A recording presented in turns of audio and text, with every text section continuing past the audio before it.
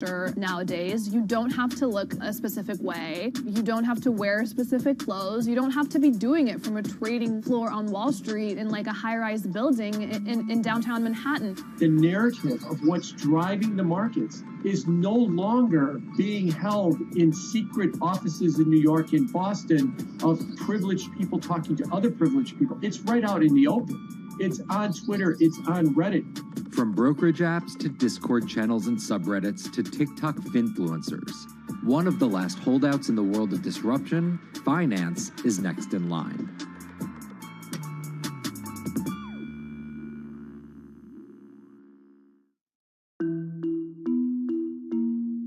Investing should be as ubiquitous as shopping online.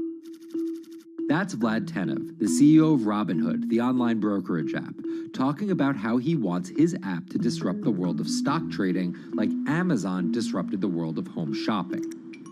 And I think that speaks to exactly the mission that a platform like Robinhood has, which is to democratize investing.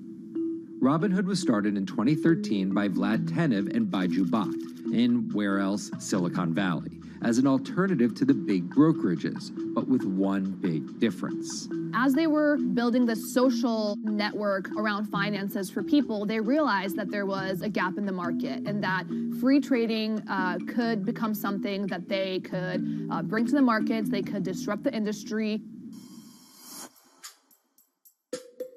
While no-fee trading is industry standard today, it was unheard of when it was first introduced. The online brokerage industry was really innovative when they came on the scene 10, 15 years ago, but they kind of stopped innovating where you haven't seen those commissions come down beyond $5 or $6 or $7. Robinhood think that by offering zero commission that they're going to push people onto this platform. And on top of no-fee trading, the customers Robinhood was courting have been long overlooked in the world of finance. So the typical customer of a Charles Schwab, for example, is putting a lot more money in that brokerage account than the typical customer at Robinhood. Even today, with all of its popularity, the median account size is about $240. There's Fidelities in the Schwabs and the E-Trades of the world. They look down their nose at those kind of accounts. I don't want a $1,000 account. They're just a headache. I want a $100,000 account. And this is key here, right? Because the thing about Robinhood that's different than every other single brokerage platform is how easy it is to use. The design of the Robinhood app really has in mind a user who might be coming at this absolutely cold. The fonts are very well sized, the shapes, the colors, all of that is something that the founders of Robinhood paid really close attention to. And by creating an interface that catered to a newer investor, they were able to gather a pretty healthy group of customers. And by 2019, they had about 10 million customers. Those 10 million customers were a huge success story for Robinhood, but no one could have predicted its explosion after the arrival of COVID-19. Remain indoors to the greatest extent, and 100% of the non-essential workforce must stay home.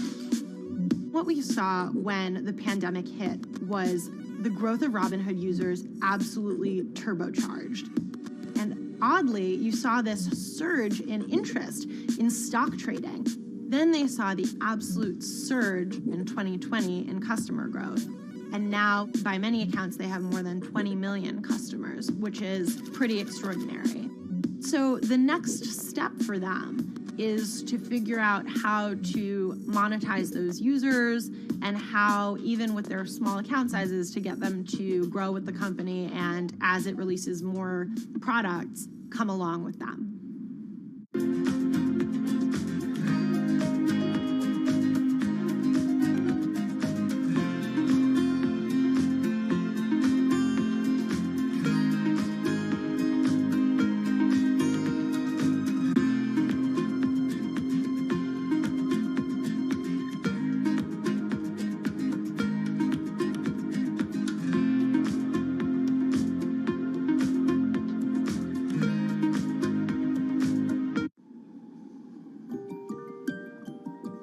Robinhood would become one of the COVID economy's breakout successes. Robinhood traders, as they're called, became the shorthand explanation for the frenzy of often speculative retail investing after the pandemic lockdowns.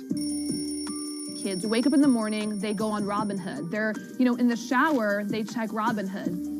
Kids are learning how the stock market works at 18 while they're at school, checking their phones in between classes because notifications pop up telling them what their stocks are doing that day.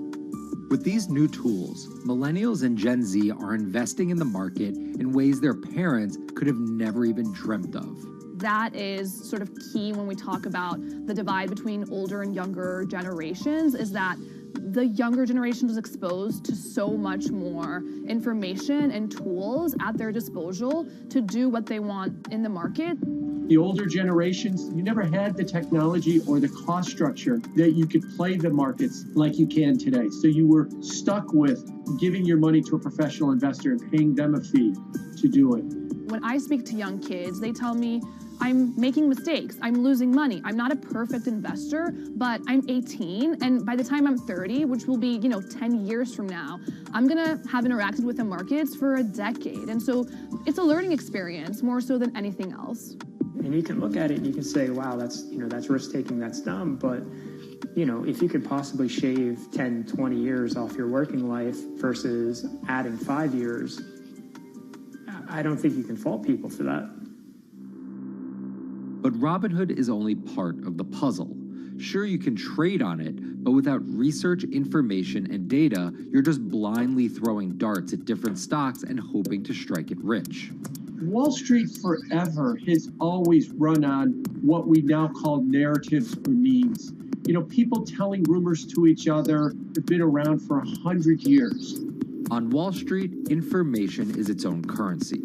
Historically, either you had it or you didn't, and the people who had it had a huge advantage.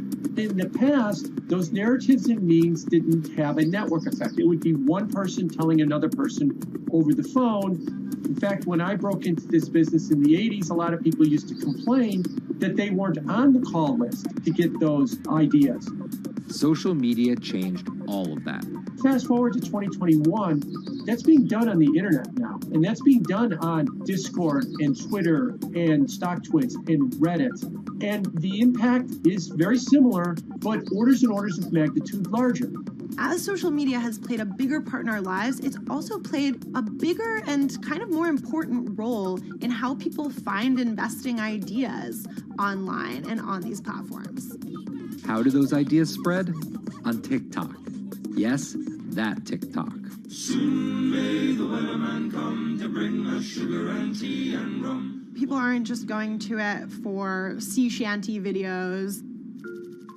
The personal finance hashtag on TikTok has garnered 3.5 billion views from its 1 billion monthly active users. By comparison, videos found under the cooking and health tips hashtag have 2.6 and 2.1 billion views respectively. The trajectory of Robinhood and TikTok were literally on par. What happened in the stock market this week? So the word of the week is expectations. Absolutely essential that you guys understand the risks of shorting. And Kayla Kilbride and Kyla Scanlon are two of those financial influencer TikTokers, also known as finfluencers. I think people still care about fashion, they care about culture, but it's also like there's this big behemoth thing called the stock market that we really don't know a whole lot about, and it's gatekept behind the industry. And so people want to unpack that. And so my audience is, a lot of them are younger investors who are looking to hone their skills. Tech and write-up. Kyla and Kayla are two of the more, let's say, professional TikTok influencers. The Tesla ARK Bitcoin Biotech Risk Cluster. I've been trading since high school, and it was a really interesting way for me to fill out my decision-making frameworks and to think about thinking. And I think that the more that we can have people thinking about finance, the better that we're going to progress as a society. I think it's a huge gap in our educational system. If you're going to buy an option for a stock you think is going to go up, it's a call. So think of it like this. I made the options video where I was like, options are just like shopping. Rumor has it that this pallet's about to go up in price. So if I come in tomorrow, can I still buy it at said price? And a ton of women just attacked that video and were like, you explain things so much better than my boyfriend or my professor, or like I could sit and listen to you all day. And I was like, this is what I was looking for. But TikTok's algorithm does not reward calm and measured videos about responsible investing. It rewards this. Watch this video for 30 seconds and you'll be rich for the rest of your life. I try not to say the A word, the ALGO word, because TikTok listens to us. The algorithm does impact how you feel. You know, you do notice which videos do better versus which videos do worse. How do you catch someone's attention in less than 60 seconds? And how do you make it something that they're like, I need this in my life? Nearly impossible to do that in 60 seconds. But the people who perfect it are the people that you're going to watch and going to stick around. And where people are sticking around? Reddit. And its nearly countless subreddits about finance. And by far the biggest one of those is Wall Street Bets. There's a lot of social media platforms out there, but Reddit is like the social media platform for finance. Places like Wall Street Bets is where it all goes down. Started in January 2012, it wasn't long before Wall Street Bets adopted a 4chan-like etiquette, leading to their tagline, like 4chan found a Bloomberg terminal. We had all these unexplained stock moves, and we would be grasping for why stock XYZ jumped 20% in a day. And you would look at Wall Street Bets, and you would see people there talking about buying options in that stock, and it sort of, squared the circle, so to speak, and started making sense. And it was at that point that it was like, wow, we have to start paying attention to this. Some people on the platform really spend tons of time, and others are just looking for entertainment and to have a little bit of fun, effectively gambling or looking for an outlet, trying to make a little bit of money.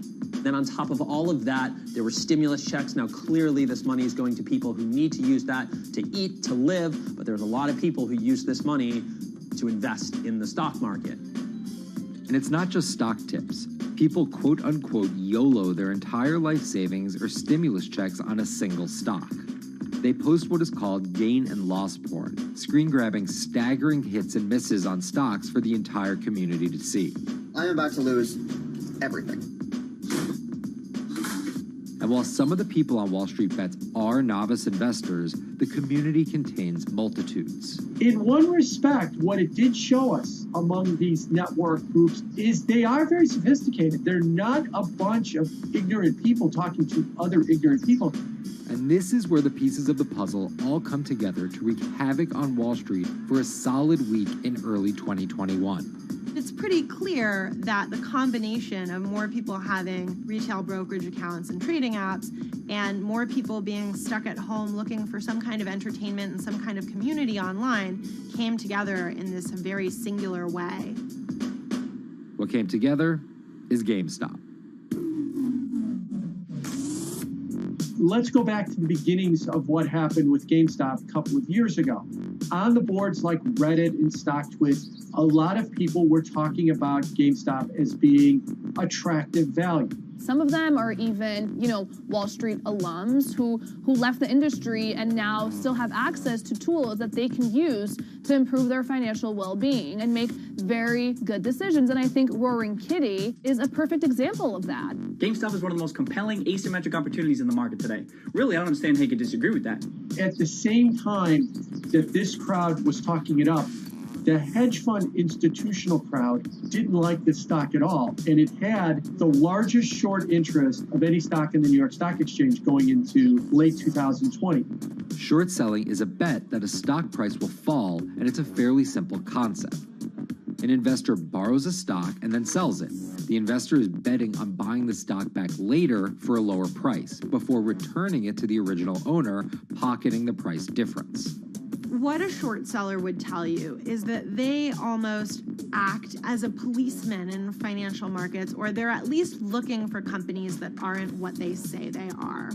And that can range anywhere from an outright fraud that some short sellers try to expose to just a company that's not worth as much as investors think it is. The problem is, if the stock price rises, the short seller has to come up with the money to buy the stock back. And the more it rises, the more it costs. And that's what's called a short squeeze. And the hedge fund Melvin Capital was on the wrong end of that squeeze. Melvin Capital lost over 50% of its money in the month of January alone just from being caught in the short squeeze of the stock. This is where the disruption comes in. One of the most wild stories you're ever going to see. GameStop shares absolutely going nuts. In less than a year, the company's stock has jumped from less than $3 a share to almost $350. Cheers, everybody! Roaring Kitty has turned $50,000 or so investment into some $14 million. Whoa! Investors all over social media use the free trading app Robinhood to wreak havoc on Wall Street. They're actually piling on into some of these stocks to really hurt the professional short sellers. And they all used Reddit, Twitter, TikTok, and Discord to tell one another to keep buying and, quote, hold the line and not sell GameStop. People are getting cheerleaded for jumping in, buying at the highs. They're saying, keep going. And it was working too, until Thursday morning, the trading app Robinhood sent out this tweet. In light of current market volatility, we are restricting transactions, including GameStop. People were really angry. Robinhood was supposed to allow the regular people to play the same game these big boys are playing. But instead, we were all taken for schmucks, and they screwed us. Shares of GameStop are jumping again now that retail investors are being allowed to buy shares of the stock. But what we learned is that when people organize online, they have the ability to disrupt the market. And it was a big sign the ivory walls of the institution aren't as powerful as maybe the institutions thought them to be. I don't know if pumping up GameStop was the best use of billions of dollars, but I think that as a signal to society, it was pretty interesting and powerful. the GameStop saga was so impactful that both Vlad Tenev and Roaring Kitty were called in to testify before Congress to clarify each of their roles in the saga. One thing that's emerged from the congressional hearings is that they're interested in how retail brokerages make money and whether they're keeping the best interests of their customers in mind, but it's pretty fuzzy as far as what they would actually do as a result.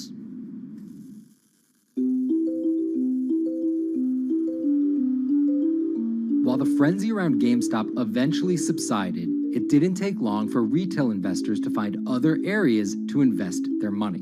Take a look at Bitcoin going bananas over the weekend. Bitcoin forms a brand new all-time high. It was after GameStop started to drop that we saw Bitcoin really go up to over 60,000. How much further does this rally have to run? It's compelling to say that money shifted from one venue to the other. While correlation doesn't equal causation, there's a chart out there showing an inverse correlation on meme stocks going down and cryptocurrencies going up. There's definitely an aspect where people are making money on stocks and then moving, they're agnostic, they're not hedge funds, they can invest wherever the hell they want. It's a classic sort of momentum trade. They're going to wherever the winners are and they're willing to jump on and, ride it. So whether it's meme stocks like GameStop, meme coins like Dogecoin, or entirely new ways to invest in art like NFTs, the new kind of retail investor is making its presence known. Over the next 10, maybe 15 years, you're going to continue to see, whether by choice or by force, that baton go from older generations to younger generations. I don't think any single app is going to be the thing that disrupts. I think people are the disruptors. How people get ideas about what to invest in has become increasingly entwined with social media. And as social media companies govern more and more of our lives, the fact that now they're tied in more intimately to people's wallets is something that we might want to understand better. Usually what disruption, I think, means is technology comes in, whether it's blogs to the newspapers or online retailing to brick and mortar. They come in and they're in the same business, but they just do it in such a gigantic cost savings that it causes everybody to switch. Well, that's the risk that happens here, is that it's so much cheaper to just manage your own money. We're not there yet, but costs and conveniences are moving in that direction. So I'd say, Wall Street, you haven't been disrupted yet, but you could be in the coming years, and that the final chapter on this story hasn't been written.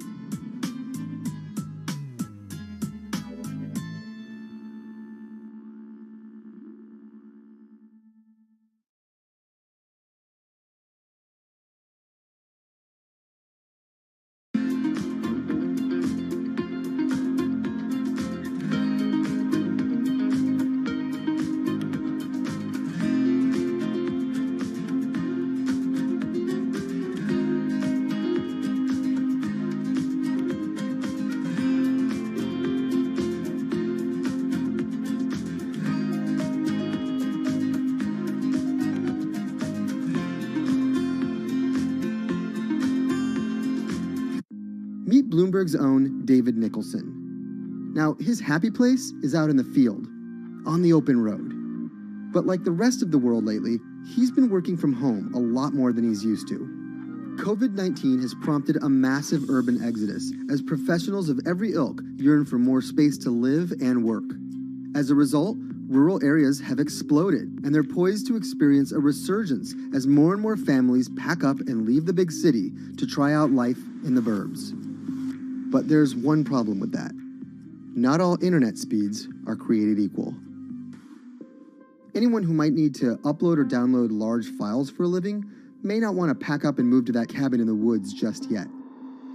Now, David's house isn't a cabin, but it is in the woods, and inexplicably, his internet is workable.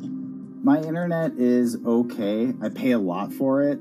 It's around $140 a month.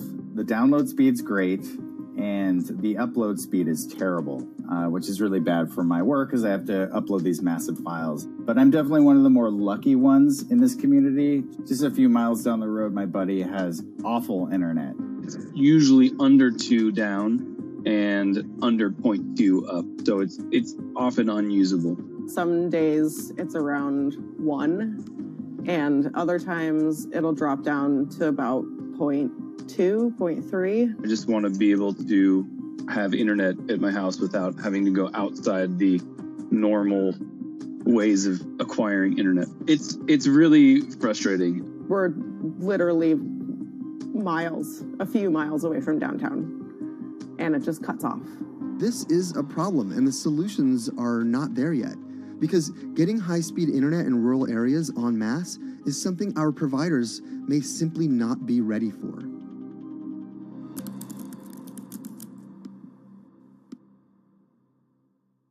If your internet service doesn't have fast download and upload speeds, then you don't have high-speed harmony. You have. Americans on average pay about $70 a month for internet at home. But in rural areas, it could cost a lot more for a lot less service. So the pricing for a fixed wireless provider here can be something between $80 and $150 for about 25 megabits per second. However, gigabit service, which is 1,000 megabits per second and symmetrical, is running at about $119 a month or $130 a month. That's John Paul. He co-owns Spiral Fiber, an internet service provider here in Nevada County, California. And for the past 10 years, he's been trying to bring an affordable fiber optic network to town. It all started when he applied to be part of the pilot program for Google's fiber service. Across the country, civic boosters have been going to extremes, chanting, singing, Google in the morning, and marching, trying to get the search engine giant to look at their town. The internet these days is crucial to be in the world, to be a part of the world, and to be connected to your community. Google ultimately went with Kansas City, Missouri, which left Paul on a mission to get funding to lay out fiber optic networks for gigabit service. Over the next several years, he would attend conferences and pitch venture capitalists and apply for grants to make his vision come to life. One of the biggest roadblocks to building infrastructure for the internet here in the United States are the existing large providers. They have their land staked out. They would prefer that nobody come in and compete against them. In 2013, we applied for a grant. We went down and met with the commissioners at the California Public Utilities Commission. It was an arduous process to get funded, but we finally did against all odds. We got a $16 million grant, and then we went out to seek venture capital. Then, in March of 2020, the pandemic hit the world. Everybody got locked down, and everybody came home, and everybody started using the internet. And I remember seeing on one of the local fixed wireless providers' websites, they've said, hey, we know you're all staying home, but please don't use too much video, and please don't use too much bandwidth. And I thought, that doesn't work. The U.S. connectivity gap is far greater compared to countries that are considered its peers economically. Some developing nations actually have better internet than rural America, like in Kenya, which has a state-of-the-art fiber optic network fed in from their coastline. The American connectivity gap does largely affect rural areas that are either outside of service coverage or simply prohibitively expensive. This is Rebecca. She and her family moved to Nevada County just a couple miles down the road from David. They took for granted that high-speed internet would just exist in the area, and it's not something they even bothered to check on before buying their house. Turns out, all they got was dial-up. We wanted to move where we had a little more space, room for the kids to run around, just be out in the mountains a little bit more. Having come from a bigger city area where Wi-Fi is pretty readily available, we hadn't really considered that in our purchasing of the house, whether that would be an option or not. When school started, and now that we are remote learning with our children and we're doing everything from home, we didn't have the option to do that at our house. So every day when school would start, we'd have to pack the kids up and we'd go to my in-laws' home. They have a little cabin up in this area that does have Wi-Fi already. Rebecca's situation is the norm in rural America. According to data from the Federal Communications Commission, just 4% of urban Americans lack access to broadband internet. That's compared to almost 40% of people who live in rural areas. While that was the case, there were also racial and socioeconomic divides in terms of who had that access. In addition to that geographic difference, low-income African-American students, Latino students, and first-generation college students were more likely than others to have only one device at home that's shared among multiple siblings and or lack access to that actual connection. For most American towns, there's also a lack of competition, forcing internet prices up. And large providers like AT&T and Comcast aren't incentivized to expand service to these rural communities. This is how Xfinity makes life simple, easy, awesome. So in our area, we have a small imprint of Comcast, but they're not going to go out to the more rural areas. It's just not cost effective for them to do it as a large company. In order to lay fiber cable, you're actually physically digging trenches into the ground. And for internet service providers, they're primarily focused on maximizing their profits. And so the fewer customers you have, in any square mile and the more fiber you have to lay, that's just kind of harder to pencil out from a purely economic standpoint. AT&T released a statement on the matter, expressing the need and desire for government assistance to fund fiber optic expansion to areas deemed unprofitable. Comcast released a similar statement encouraging more public-private collaboration on this effort. Federal agencies do offer grants to help communities build broadband networks, but many have argued that there's not enough flexibility on how to use these funds.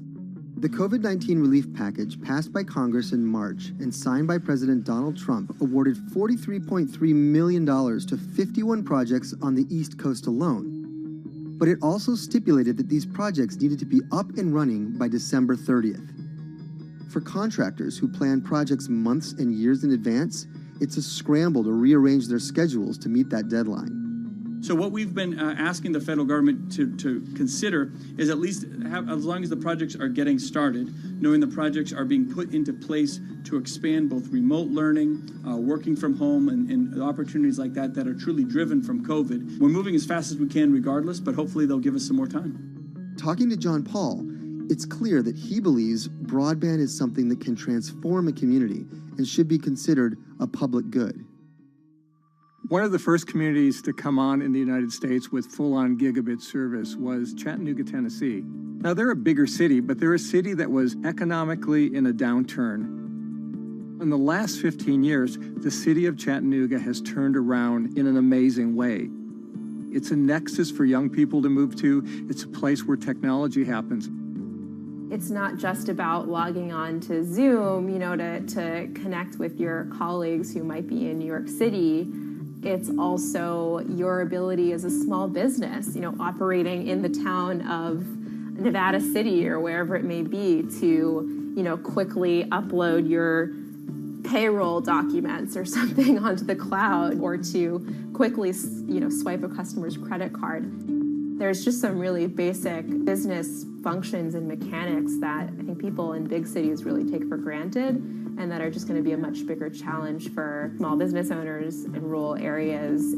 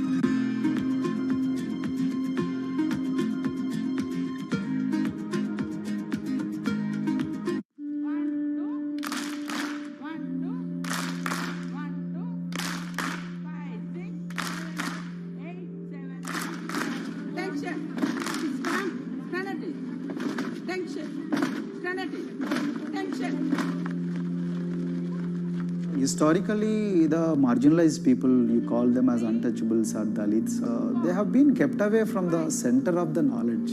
Once you are born into a caste, it is very difficult for you to grow beyond that. You are stuck in that identity.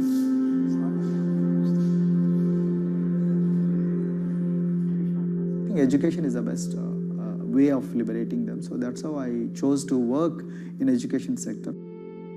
The kind of education that we are giving to the marginalized people is going to change not just the fate of these communities in Telangana, but it is going to be the source of inspiration, source of hope for all the marginalized in this country.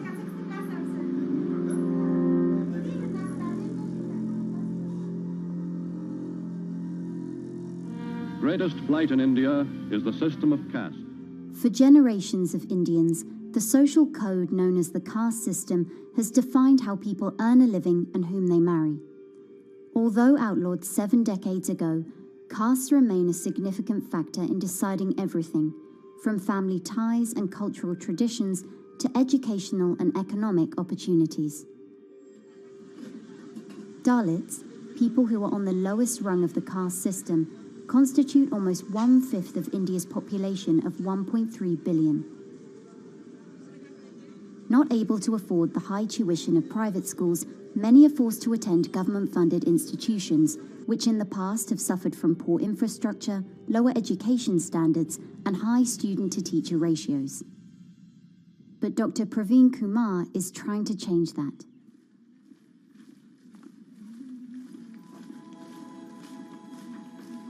I am currently working as head of Telangana Social Welfare Residential Schools. So totally above 400 schools I manage. These are all residential schools for the students who are historically marginalized but talented and then poor. My friend also Of them, 60% are girls and then 40% are boys, because girls are more marginalized among the marginalized. Their voices are always suppressed. My approach to improve the conditions in the schools has been put your eyes and ears on the ground always. Talk to the parents, talk to the teachers, talk to the students, stay in the schools and then understand their problems, their challenges, both in classrooms and then the corridors and the dorms. Then go to the dining halls and see what kind of food they are eating, and then go to their homes and then what kind of food they are getting and what kind of challenges the parents have. Very good. And class? One of the important changes that I brought in after I took over was to complete the transformation of mother tongue to English medium, because English medium, as I said, English is the language of emancipation. A language that connects you to the whole body of knowledge in the world. So we had to train a lot of teachers. Refer to the dictionary also, okay, and find out the new meanings. As well as someone described about. Hey, Ruchita, how are you? Hi, Sindhu. Fine, thank you. And how about you? I'm fine too. It's been a long time. Identity is extremely important. There is a scientific evidence to prove that your sense of identity is extremely crucial to your growth as a successful human being in your life.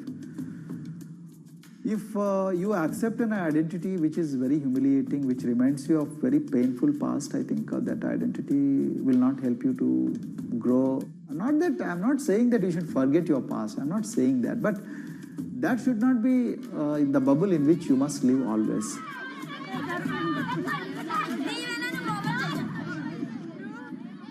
Sweros is an alternative identity. S stands for state, W stands for welfare, Aero, SW and then Aero is Swero. So the idea is your dreams have to be skybound. So that is what we are trying to achieve by changing the identities. Like, you say, I'm a Swero and I aim to be a doctor. I am a Swero, I aim to be a top-notch engineer. I am a Swero, I aim to be a top bureaucrat of this country. I'm a Swero, I want to be a very good actor or, a musician in this world. So these are the positive images that are associated with identity.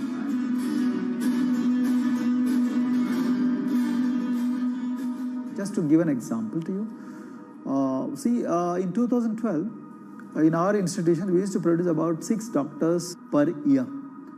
But because of our, this self-liberating ideology of Spheroism, we have, this year, we have produced about 189 doctors.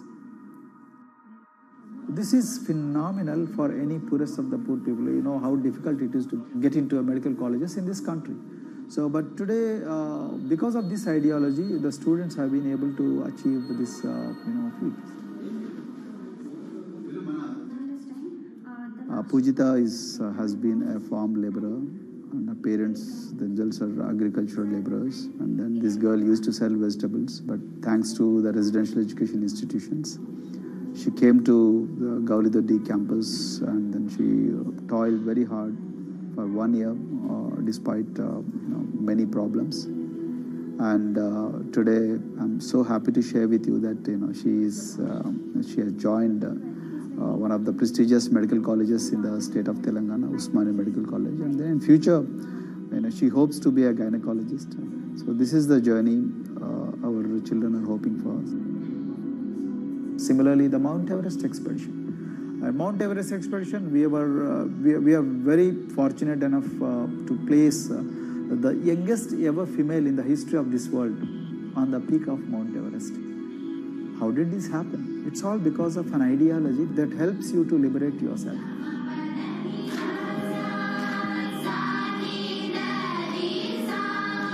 We got a lot of extracurricular activities, and most of them got institutionalized now. So, for example, music. Similarly, the games. We have so many coaching academy. We have boxing academy, we have wrestling academy, we have handball academy. So we have, kabaddi, the traditional Indian sport. We have golf. We have introduced golf also. Like golf is generally played by so-called rich people, but today even poorest of the poor people also are being trained in golf in our schools. Wow. So our intention has been to give all 360 degrees, type of opportunities to the students, so that whoever is interested in whatever activity, they can go and then do it. Break the barriers, break the fence, at least mentally, because poor people have been programmed to be victims, programmed to be subjugated, programmed to be on the margins, always, programmed to feel inferior. We wanted to change all that. There are certain games which are exclusive to rich people. There are certain languages which are exclusive to middle class and upper middle class in this country. To put it in one word, the sole aim of introducing all these co-curricular activities is to break the stereotypes which are recklessly imposed on these people. Their stereotypes Dr. Kumar knows all too well. Born a Dalit, his grandparents were labourers and access to the village well was restricted. Dr. Kumar credits his parents' belief in the power of education with helping him realise his aspirations. He went on to join the Indian Police Service, attended Harvard University, and then began pursuing educational reforms back home.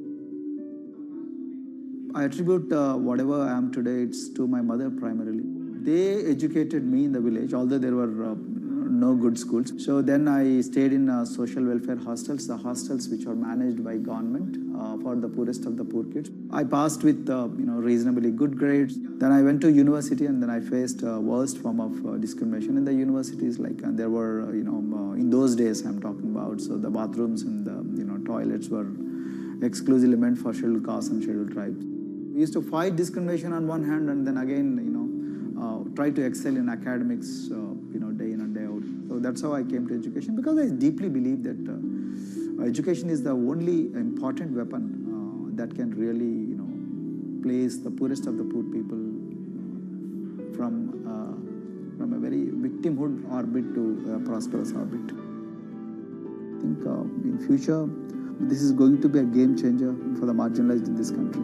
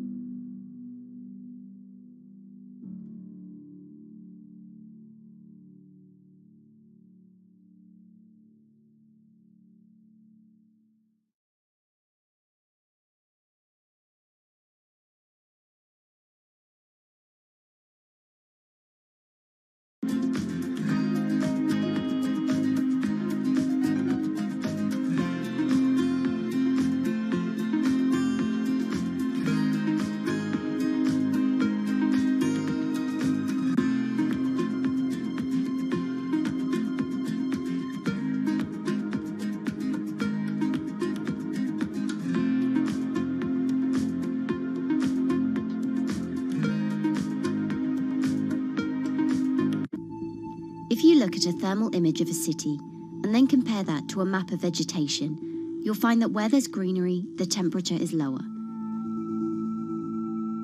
That's because things like asphalt, concrete, and shingled roofs absorb more heat from the sun than trees. This is the urban heat island effect, and it accounts for higher temperatures in cities, often by several degrees compared with their surroundings. It's becoming a huge risk to human health as growing urban populations exacerbate the heating effects of climate change. Heat waves kill more people than any other extreme weather event, more than tornadoes, hurricanes, and even floods. That's why urban heat island mitigation strategies are being studied in Singapore by a group of researchers. The government-backed project called Cooling Singapore is now in the process of combining everything they've learned to create a digital tool that can help cities all over the world, starting with Singapore.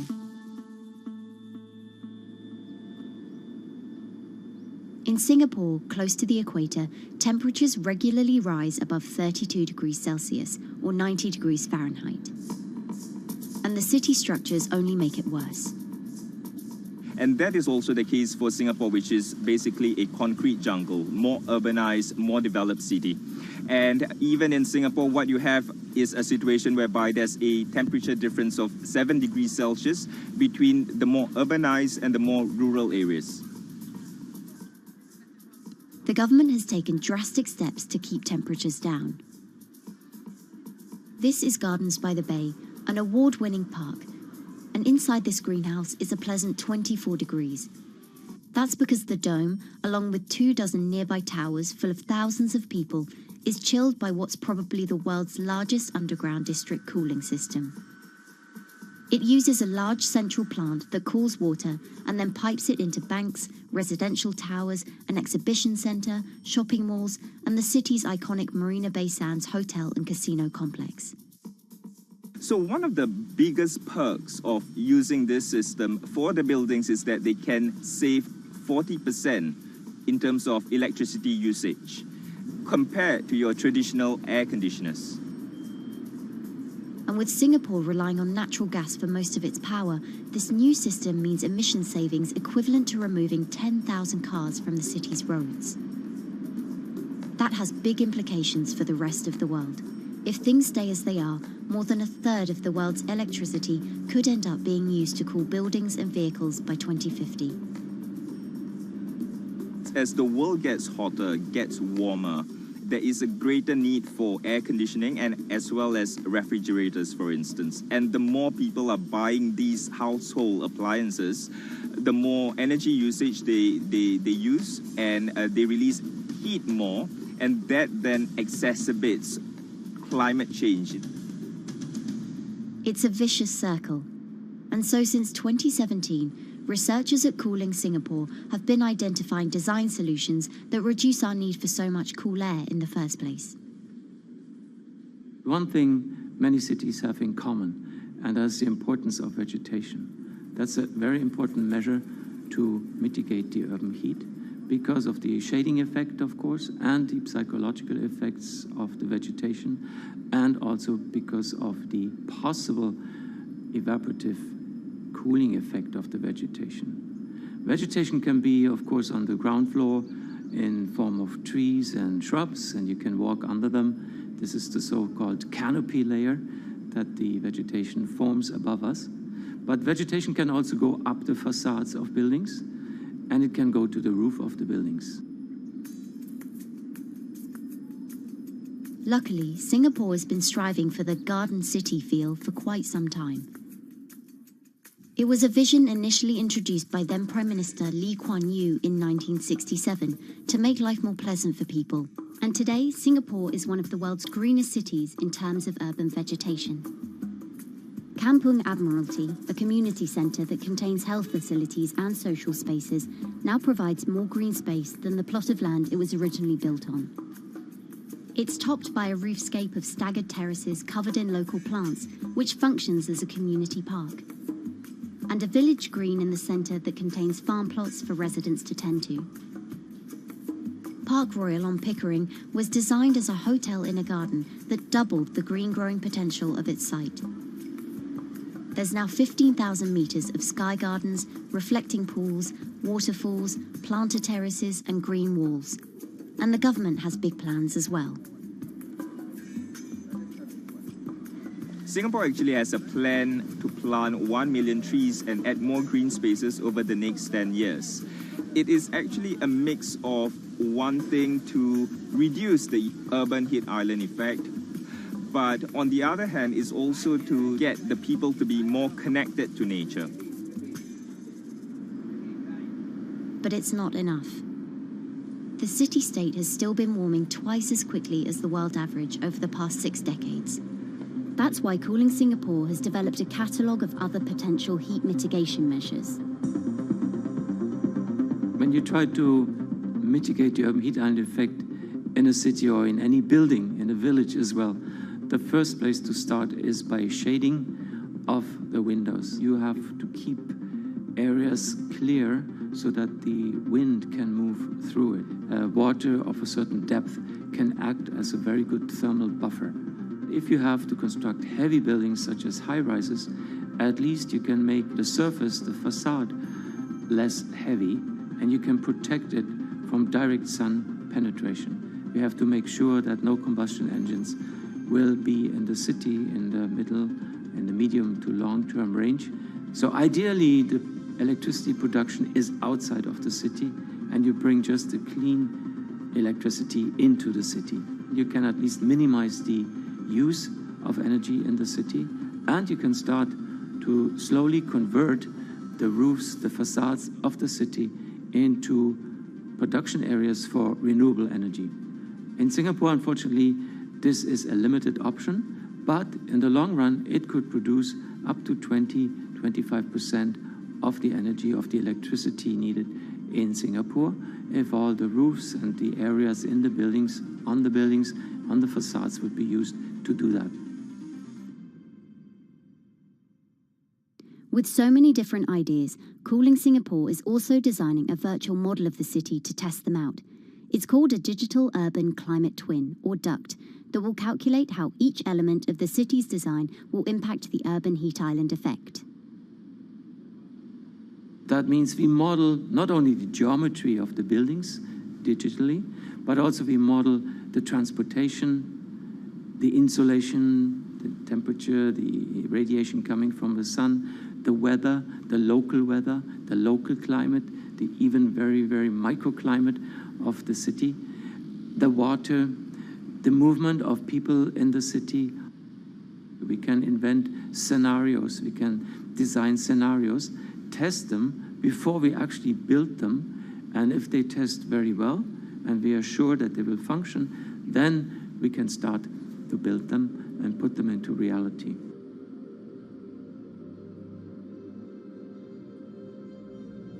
Singapore will be using this new tool to figure out which actions it should take next.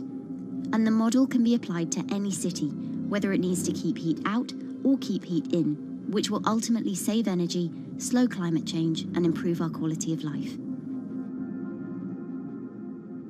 So this is something that Singapore will be able to export, maybe even together with its city development systems that it already has. Singapore is one of the very few cities in the world that really combine this scientific approach with a very well-established urban redesign and urban design approach. Through its agencies and the combination of its agencies, it has achieved a lot in the past.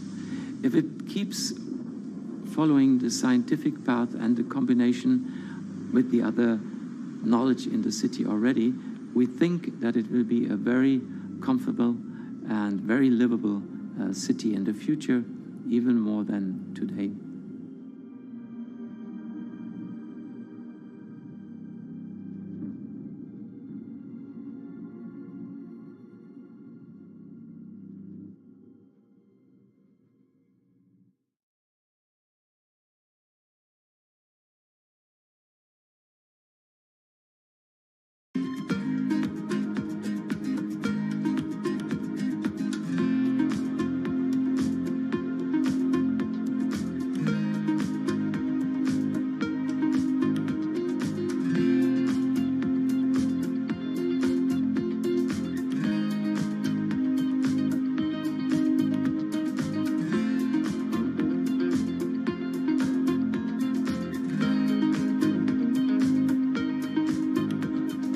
Times are tough.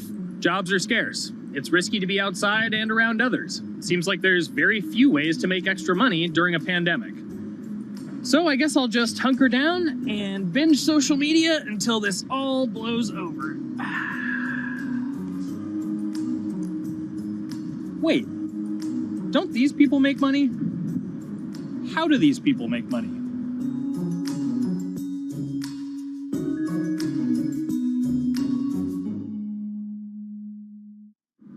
Streamers, YouTubers, Twitch stars. How do they make money? Is it a lot? Is it a lot of work? I know, I gotta ask somebody in the biz, and I got just the guy. Austin John Plays. This is your full-time job now, right? As of November of last year, yes. This was always just kind of like a side thing. Like, any money that I made from doing my videos and whatever else, I never touched that because I didn't really think of that as being like real money. And then it started coming in more and more. And then it was like I hit my first day that I broke $1,000 and I was like, this is actually going to be money. How did the YouTube channel come to be? When the game Pokemon Sun and Moon came out for the 3DS, there was like things that I learned about the game, and then I wanted to just share that information with people. And at the time, I didn't have any way to capture a screen or anything, so I found like generic footage and I kind of put it all together with so much editing. And that video got 6 views. And then 2 days later, I made another one, and that one got 12 views. And then I just started pumping out more and more content, and people were like, this guy knows what he's talking about. It really just started building on top of itself, and then it was like, my channel really focuses on tips and tricks. So I play a straight 18 hours, and I'll finish the game or get to about the 40-hour mark, and then I'll make my first video. While I'm going through, I have a giant notepad and just scribbles everywhere, and I make these notes of like the things that stumped me, so I know the things that may stump other people. What do you need to think about if you're building your YouTube channel? 1, you need to do something that you're passionate about. Not that you like, not that you think you're gonna make money on, something you're passionate about. The other thing is something that other people are passionate about. It holds a special place to them. And third is, it needs to be something that people are gonna seek out information on. In order to enter into the marketplace, you either need to be better than everyone else, you either need to be faster than everyone else, or you need to be more accessible than everyone else. And you can't be more accessible because it's already on the platform. Granted, if you understand how the algorithm works, which is very similar to Google Analytics, then yeah, you can have a little bit of a head start. But if you're not doing it faster, and if you're not doing it better than everyone else, then why should anyone watch your channel? So my income as a YouTuber kind of breaks down to 3 different ways. 1, which is the bulk of it, which is ad revenue. Whenever you go and you watch a video and then there's an ad and then you wait 5 seconds and you hit the bottom right corner and then you go on to the next video, or a non-skippable ad, or the video starts immediately, you get the little banner ad at the bottom, or if you scroll down from the video, the first thing that shows there is an ad. Those are the 4 different types of ads that can appear on every single YouTube video. And all of them pay a certain amount. It varies on lots of things, like the country of the person who posts it, the country of the person who watches it, the time of year, where you are in the quarter, if there's anything going on with a reduction in ad revenue. Like, great example, COVID-19, companies weren't spending as much on advertising. So because of that, CPM went down. CPM stands for click per thousand. I'm using the Roman numeral for 1,000. And that means that for every 1,000 views, you get a certain amount of money. Now, on low ads, when I first started off, my CPM was 30 cents. So every 1,000 views, I made 30 cents. But then once I signed with an MCN and I started making more quality content and more engaging content, some of my better videos and certain times of the year, I can see CPMs as high as $12 to $14. And there's a big fluctuation between, you know, if I post a video when there's no ads being spent, like January and February, that's the reason a lot of your favorite YouTubers and also TV shows don't post new videos in that time of year because ad rates are down. Why are they going to make content then? Instead, you're recording and you're bulking up for when ad revenue is higher. The second way that a YouTuber makes income is support, crowdfunding, things like that. When I first started off, Patreon was really the only option, but then they started rolling out supporters and members for YouTube channels. So whenever I have a live stream, you can click a button and then you can become a member, and then you get special icons next to your name. I believe they're called badges, or on any video, you can hit the join button, and that helps support the channel. And then the third aspect of that would be merch. And for me, my merch has been somewhat basic. In fact, I'm wearing one of my t-shirts from last year right now.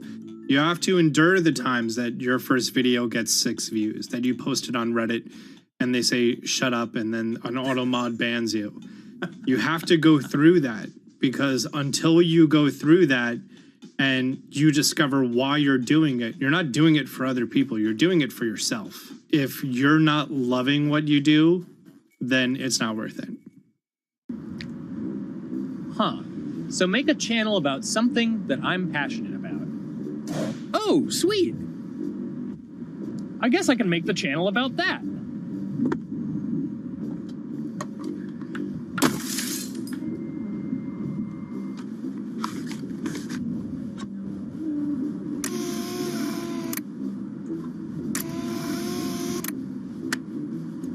Now, how do I grow an audience? How do I get popular? It's all about diversification, right? You have to have a massive Twitter following. You have to have a massive Instagram following. You have to have a massive YouTube following. Of course, you have to be on Twitch, which is the key platform. But basically, any way you can get in front of your audience, you can engage with your audience, is going to drive those clicks, which ultimately drives the advertiser revenue that you get back from all of these platforms. It's me and Dan playing video games and talking in a funny manner over them. They're not just people who are good at games, they're actually people who are good at online engagement, online entertainment, first and foremost. You have the right to remain stylish. Anything you wear can and will be used against you in the court of fashion. The streamer is either very, very talented at the game. The best player in the game is generally going to draw a crowd because people like watching people who are very good. On the other hand, they're either very, very good or funny, charismatic, whatever it is on that side. Oh, no. You know, it becomes more of a show where they talk about other things outside of the gaming world, and gaming becomes really just a backdrop and an excuse to engage with that audience. There were those weird, like, Ronald McDonald, like, straight to VHS movies. You remember those? I'm personable, I'm chatty. I would kind of, when boring things were happening in the game, I would ramble on about, movies I'd watched or books I'd read and, or conversations I'd had and stuff like that. And so I think being personable was a big part of that. It's not just getting on and playing games. It's getting on and being an entertainer. You are putting on a show. All right, now let me go ahead and grab the samurai sword that every gym has. Okay, he's dead. To have a larger audience and to have that audience, I think, stay with you, you have to bring something extra. You have to find your niche. You have to find what works and what connects with the audience and what makes them laugh and what makes them keep coming back. You got to make it a little more exciting, all right? Throw in a hanging bishop. Have everybody in suspense for a moment.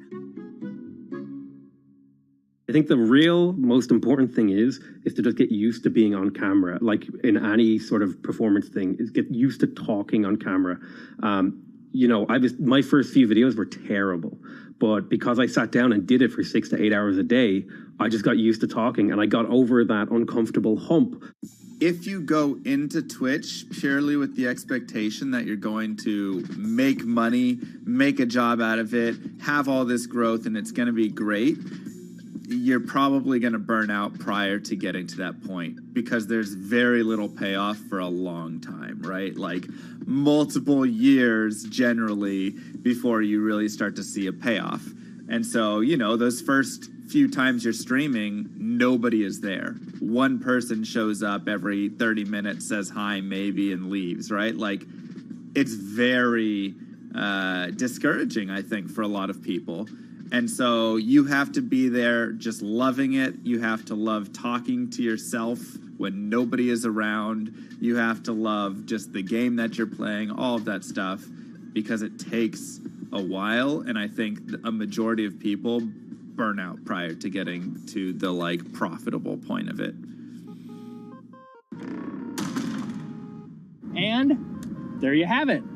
My very own YouTube, Twitch, Discord, and streaming channels all ready to go live. It's a veritable social media ecosystem just on the verge of thriving. So, don't forget to smash like and subscribe, and visit my Patreon for perks. Also, go to my merch page. And one last thing, stay cool, my friends.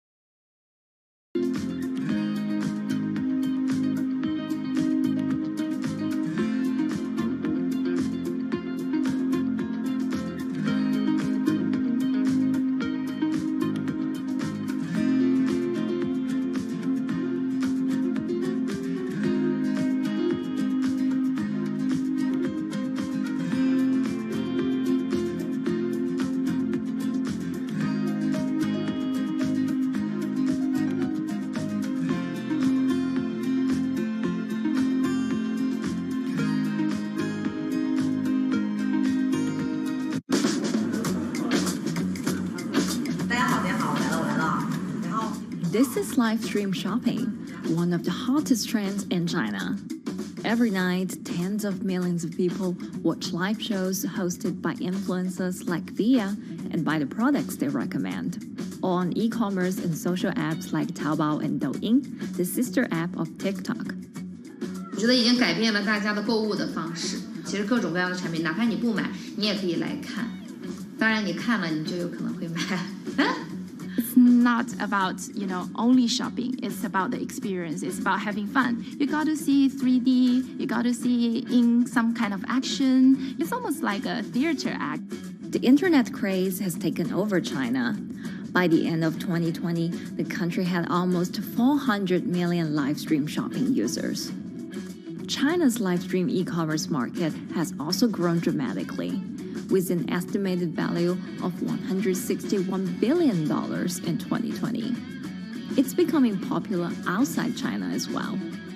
So, is live streaming the future of shopping?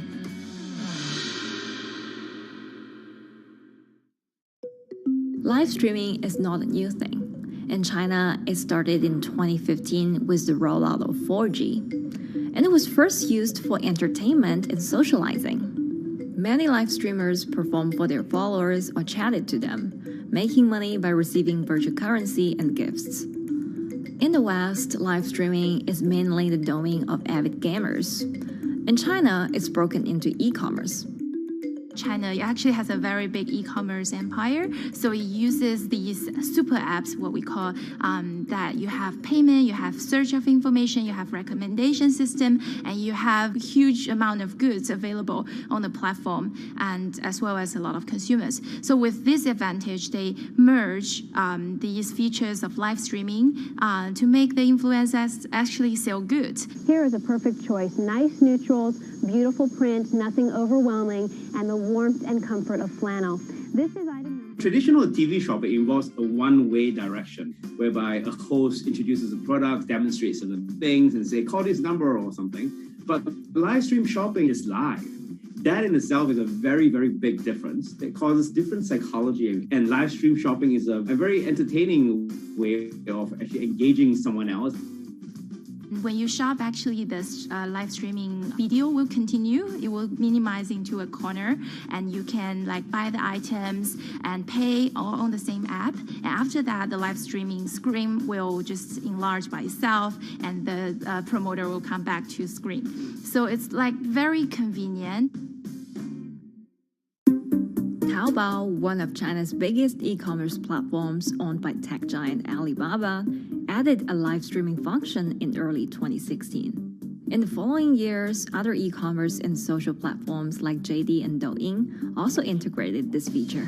开头的时候还是有很多的挑战的，对画面的这个流畅，然后是否能够很真实的去还原商品，它其实在这个上面是有很高的这个门槛跟技术的这个卡口在的。不管是我们的这个用户的接受度，还是商家的这个上手的这个难度都很高。但是这几年下来，基本上难点在不断被突破的。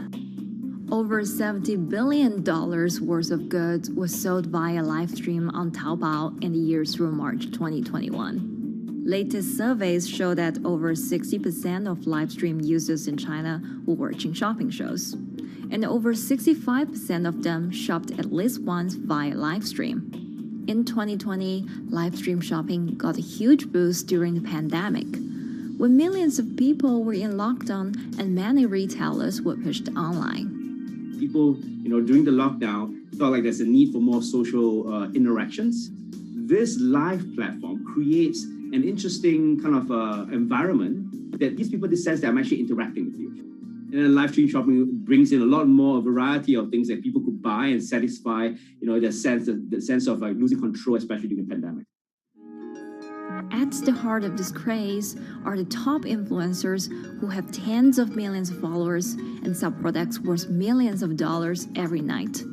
They often use their star power to get bargains from retailers, which in turn boosts their own sales and influence.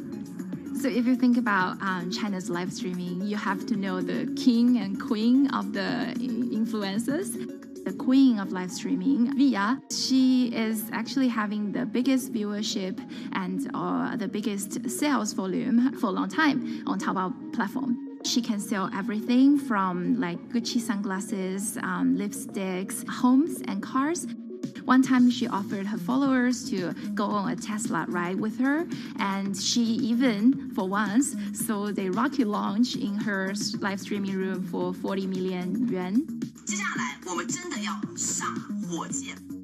The king would be Li Jiaqi, more widely known as Lipstick's brother. He used to be a cosmetic sales before he turned into live streaming e-commerce.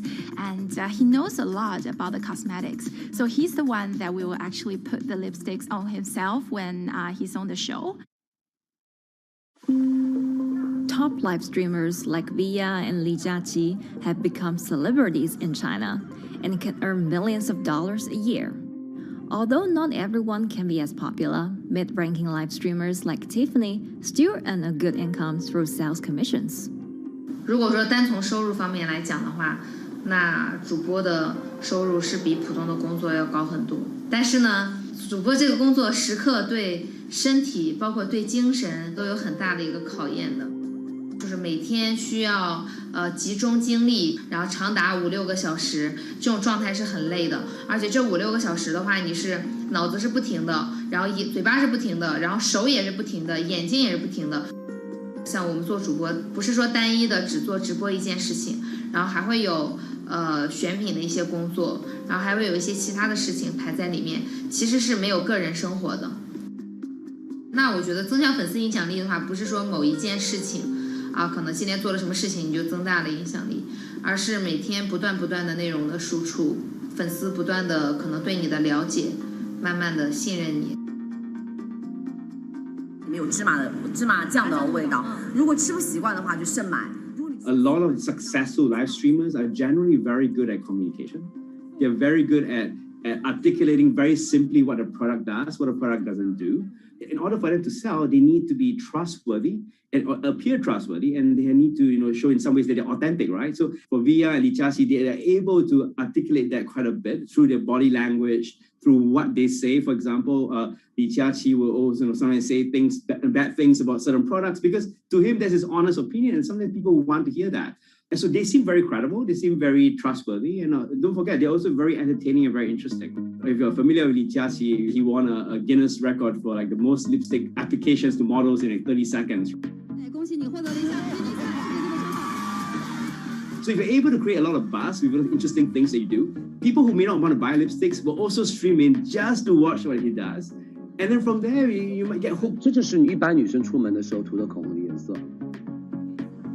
Live streamers also use sales techniques such as limited time or supply. This sense of scarcity can often encourage viewers to buy. The platform in itself creates and enhances some of these things, but you see it live.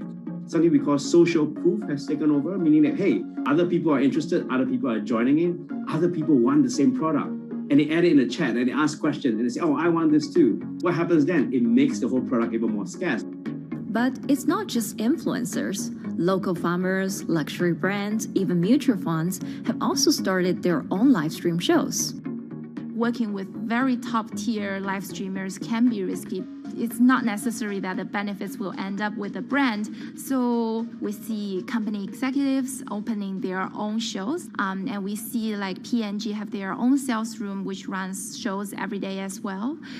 We also have like local governors in like small towns to sell their agricultural products. So the live streaming is definitely transformed the way product owners can think about how to reach their consumers, and it enables a lot of players to actually sell. Live stream shopping is going global. Merchants in Southeast Asia have embraced this trend. And in the West, Amazon has upgraded its live streaming function, adding interactive features like chat rooms. Companies, including Google and Facebook, are also developing and investing in technologies to integrate video and e-commerce. 直播电商它其实已经开始成为主流，它未来的发展空间跟潜力都是巨大的。接下来大家会越来越依赖这种购物方式，会变成一个比较日常化、比较规范化的这么一个趋势。If you look at the numbers alone, their numbers alone, Li Jiaxi's numbers or Via's numbers, you know that they can sell and you know that they can generate revenue.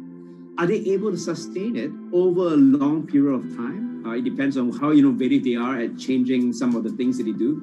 But you can't expect consumers one day turn into virtual shopping for good.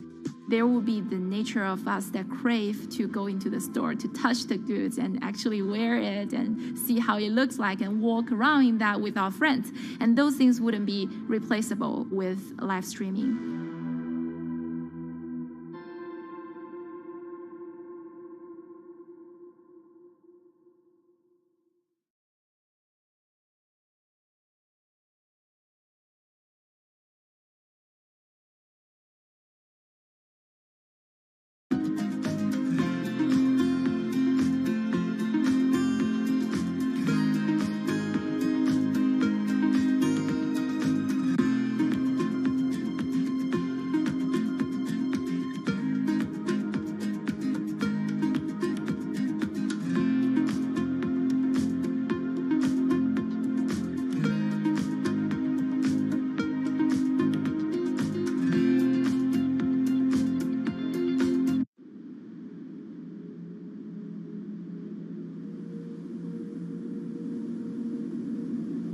You could imagine that the oceans are actually the largest battery. We're storing huge amounts of energy in the oceans. The wave motion can be very deep. It can extend down several hundred meters. And once it gets to the near shore, from about 50 meters, the whole water column is moving backwards and forwards. As we search for ways to reduce our reliance on fossil fuels, some are looking to a largely untapped potential source of renewable energy. In theory, waves off the coast of the United States alone could generate over 2 trillion kilowatt hours of electricity a year, enough to power more than half of the country.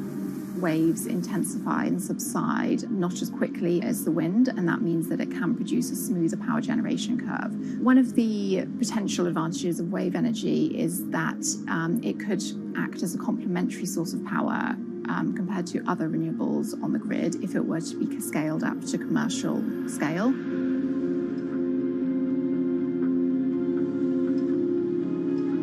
For decades, engineers have been trying to convert wave energy into electricity, but a host of technological and financial challenges have complicated their efforts.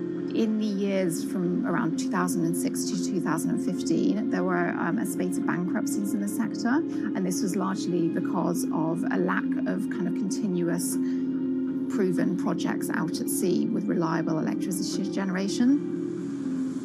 Since then, companies have been trying to develop the technologies at a steadier pace and with a smaller cash burn. But the same questions remain. Can companies develop devices and technologies that actually work? Is wave energy just a novelty or something that can become a major renewable energy source?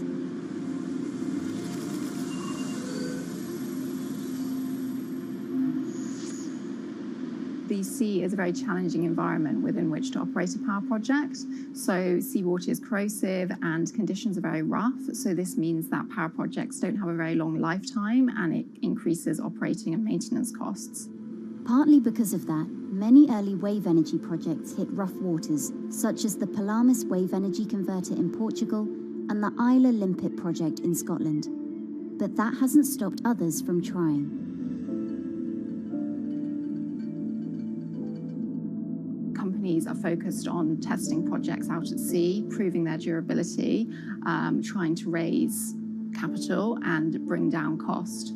The sector hasn't really converged around one single technology design, and companies are kind of undecided about which design works best.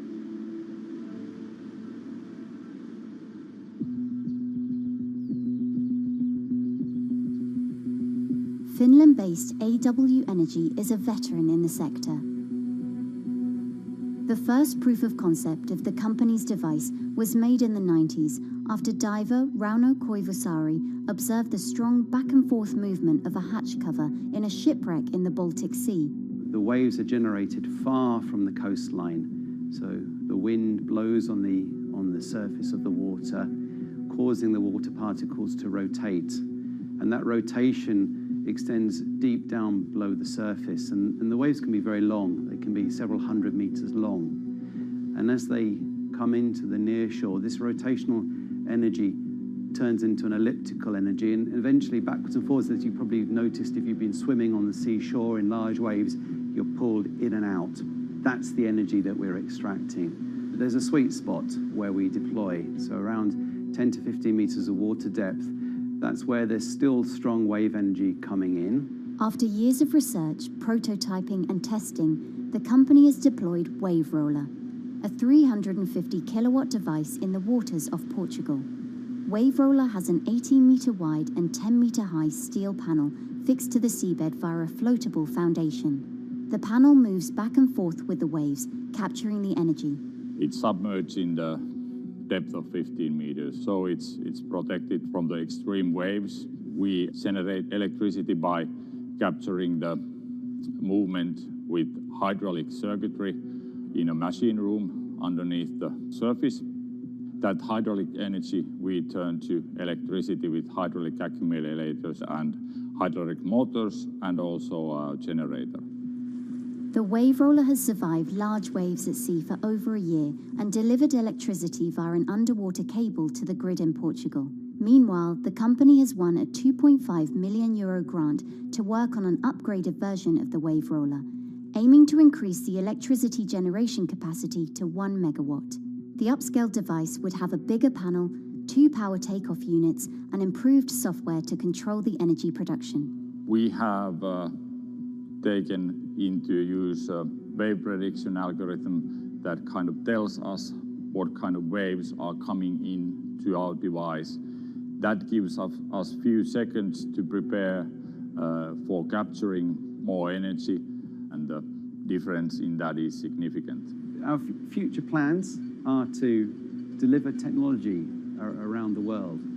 So I'm hoping we can be working on delivering technology to projects in Asia and also in the American continent as well.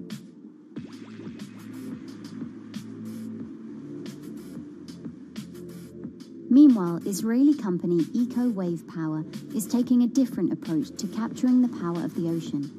For the company's founder, Inna Braverman, developing new sources of renewable energy is a personal mission. I was born in Ukraine in 1986, and 2 weeks after I was born, the Chernobyl nuclear reactor exploded, causing the largest in history nuclear disaster. I was one of the babies that got hurt from the negative effects of such explosion. I had a respiratory arrest and a clinical death. Luckily, my mother, a nurse, approached my crib on time and gave me a mouth-to-mouth resuscitation, which saved my life. I got a second chance in life and decided to do something good with it. Growing up, Inna wanted to be a politician to positively change the world. After working as a translator at a renewable energy company, she decided to change paths. solar and wind energy were fully commercialized, there were a lot of amazing technologies implemented everywhere, I saw that wave energy, although it's an immense source of electricity, the biggest companies in the world are trying to develop wave energy with no success. And there was kind of a race going on in the world of who is the company that is going to develop a viable wave energy solution first. In 2011, the then 24-year-old Inna co-founded EcoWave Power. Instead of installing devices offshore, the company's devices are attached to existing breakwaters, jetties, and piers. Our technology is very cost efficient, especially in comparison to the offshore technologies, because we don't need any ships, divers, underwater mooring or cables. We install on existing man-made structures, and all our expensive equipment, the generator, the hydraulic conversion unit, the automation, is located on land just like a regular power station. This is the EcoWave Power conversion unit that has been operating in Jaffa Port since 2014 until 2020. Here you can see how the technology works. Basically, the floaters are going up and down and pushing the hydro cylinders, which transmit biodegradable fluid into land-located accumulators. A pressure is being built. The higher the waves, the higher the pressure, which is used to turn the hydro motor, which is turning the generators. The whole system is controlled by a smart automation system, which you can see right here. And in case of upcoming storms, the system automatically raises the floater above the water level and keeps them in the upward position until the storm passes. The company has been operating a 100-kilowatt grid-connected device in Gibraltar since 2016, which is enough to power 100 households. Currently, Inna and her team are working on another 100-kilowatt project at the port of Jaffa in Tel Aviv. The project will be also the first time in the history of Israel that wave energy will officially connect to the electrical grid. And our goal going forward is to expand it to all suitable breakwaters in the city of Tel Aviv and to supply a significant part of the city's electricity needs. Today, engineers and entrepreneurs are still trying to crack wave energy. Globally, only a few hundred kilowatts of wave energy are deployed, compared with gigawatts of offshore wind.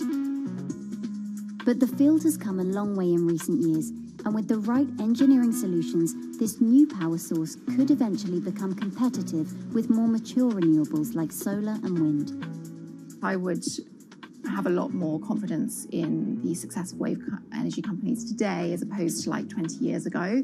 But in the next few years, or maybe the next couple of decades, it will be more likely to be used in remote locations like islands that are otherwise dependent on expensive diesel power, or out at sea on gas decommissioning rigs, or for powering underwater autonomous vehicles. So definitely, wave energy can compete with other renewable energy sources, but I personally believe that this is not a competition. In order to have a 100% renewable energy friendly world, we need all renewable energy sources to work together.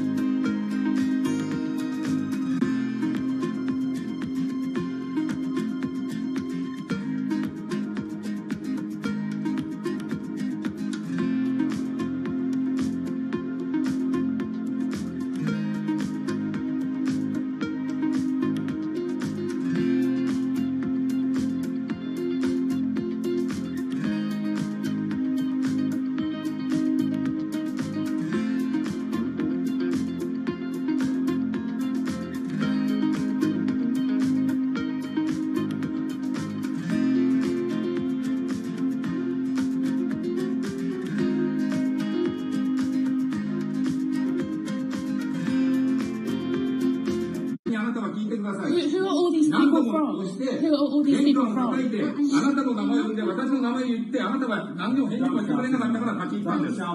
So can you please tell me? I'm not going to... please wait. You know, I've covered a lot of companies. I've covered a lot of Machiavellian companies where, you know, people play rough.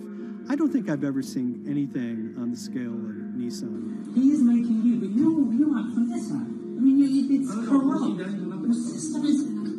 One of the most dramatic elements was Ravinder Pasi's home being raided by court officials in Yokohama. You scared me. You scared my children. I worked in this for 16 years. So Rav Pasi's journey into the darkest recesses of the Japanese corporate world started when he was the general counsel, the highest corporate lawyer position in the company. In the past few minutes, Nissan has revealed that its chairman has been arrested after allegations of serious misconduct. He was tasked with investigating Carlos Ghosn. And he was told, conduct an internal investigation and get to the heart of the matter. And then along the way, he started to notice serious conflicts of interest. He is one of the few people who knows an extreme amount of detail regarding the alleged crimes by Carlos Ghosn. And he's now ready to tell his own story on the record about some of the events that happened.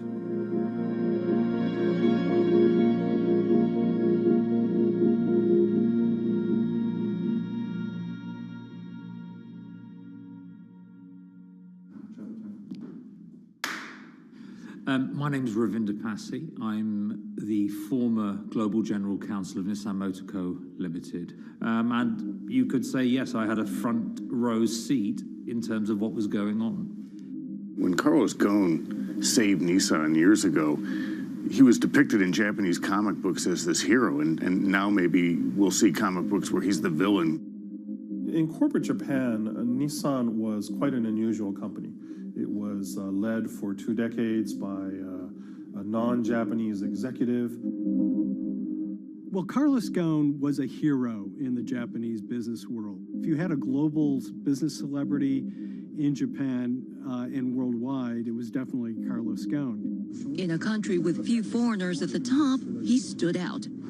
But over the years, he saved Nissan from bankruptcy, allied with Renault and Mitsubishi, and turned the alliance into one of the most competitive in the world. Yet as the years went on, you know, I think his ambitions changed a little bit. He started thinking about legacy plays, and one of them was to really tighten the alliance between Renault and Japan. And unbeknownst to him, there was a contingent of senior Nissan executives that were really felt threatened by that move. They really thought that they would lose complete control of the car company, and even in the government, there was probably a little bit of anxiety about a national champion in the auto industry falling under full-blown foreign control. Carlos Ghosn was an auto industry leader, respected by many in Japan. Now he's in jail. The arrest of Carlos Ghosn came completely out of the blue. This was in November of 2018. He was coming to Japan on Nissan's corporate jet for a regular executive meeting, and he was met on the tarmac by Japanese authorities who whisked him away to a jail and charged him with financial misconduct crimes. So what happened was that a power struggle ensued inside the company, and somewhere along the way, it was criminalized. By that I mean that there were allegations leveled at Carlos Ghosn about the way he reported his pay to Japanese authorities, the way he handled money inside the company, that in other contexts might have been a board action, might have been handled internally. A number of executives at Nissan decided to take this difference and take it over to the Tokyo prosecutor's office, and that unleashed a chain of events that would shake the entire auto industry. So after Carlos Ghosn was arrested, Nissan launched an internal investigation into the events that led up to his arrest. So Rav Passi was tasked with investigating Carlos Ghosn, and he was told, get to the heart of the matter, find out what Carlos Ghosn did wrong and bring it to our shareholders. It's really complicated because you had various things coming out of the weeds. 2018, the investigation has started, and we become aware of matters in terms of conflicts, actions by certain individuals that cause some concern because things might not quite be what they seem. So in our story, we really took a close look at Harinada and his role in Carlos Ghosn's downfall. Harinada is one of the most fascinating figures inside Nissan. He's also a lawyer. He's originally Malaysian. Hello, Mr. Hadi. And he had a meteoric rise through the company and became very, very close to Carlos Ghosn and other top figures. He had a front row seat at all the major strategic deliberations at the company. And when he discovered that Carlos Ghosn, as his final legacy play, was going to tighten the relationship between Renault and Nissan, he made a decision to go against Carlos Ghosn. And he became one of the key figures that decided that Carlos Ghosn had to go.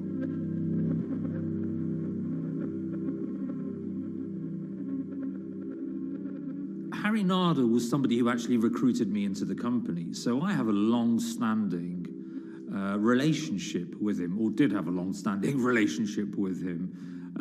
For many, many years, he was a mentor. I had doubts about the credibility of the process right at the start.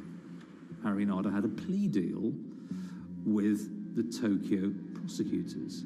Now, that suggests he was intrinsically involved in some of the wrongdoing, or the allegations of wrongdoing, and it just didn't smell right, just doesn't sit right. So there was a basic conflict of interest. In other words, Harinada had to deliver results to Japanese prosecutors to avoid his own criminal liability, and he's accusing and leading the investigation of Carlos Ghosn. Some of the people who had been involved in the original alleged crimes were also looking into the affairs themselves. Ravinder Passi began pointing out some of these conflict of interest issues. And the reason for that is essentially his concern was for the company. If the company's own investigation into itself was compromised, that could lead to a very weak position in various lawsuits that it was dealing with across the world. I had discussions with Harry, discussions with the statutory auditors about these conflicts, discussions with HR about some of these conflicts, because at that point, we reported into him. You know, at the time, everything was quite, as you can imagine, it was, we've got to do this, we've got to do that, we've got to move fast. But when you step back and look at some of these things, you just think, my God, what was going on here? Because me, members of my team, were being placed in immediate danger. Your chairman's been arrested, a representative director's been arrested. They both happen to be foreigners. And then now what we need to do, we're being instructed to do, is certain compliance professionals need to go into properties in Brazil, for example, and retrieve evidence. They've got to do it very carefully, because if they don't do it carefully, they're going to get convicted of criminal activities. And likewise, when a team of lawyers were commissioned to go to Lebanon, I mean, one of my immediate concerns was, why are lawyers from Nissan being sent to go to Lebanon to retrieve evidence? These are just lawyers, they're corporate lawyers from Nissan. You had revelations that a number of executives had benefited from share appreciation rights when they shouldn't have. I mean, you know, substantive amounts of money being taken by these guys when they weren't entitled to take them. And you do think, yes, how is this going to look later on? It's going to look quite concerning. So that triggered for me the sort of assessment that, well, I'm going to have to do something, because up until this point, I haven't put down on paper these conflicts and these issues.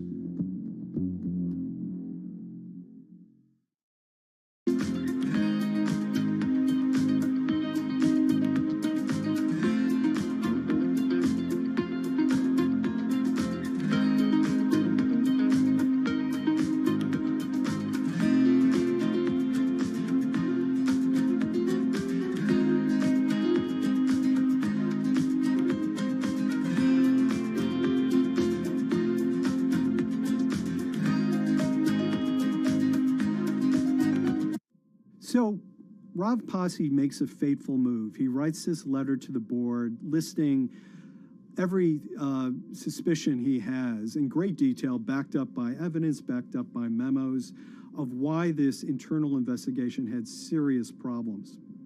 He sends the letter to the board and it's crickets. He doesn't hear much of anything. Nothing happened thereafter.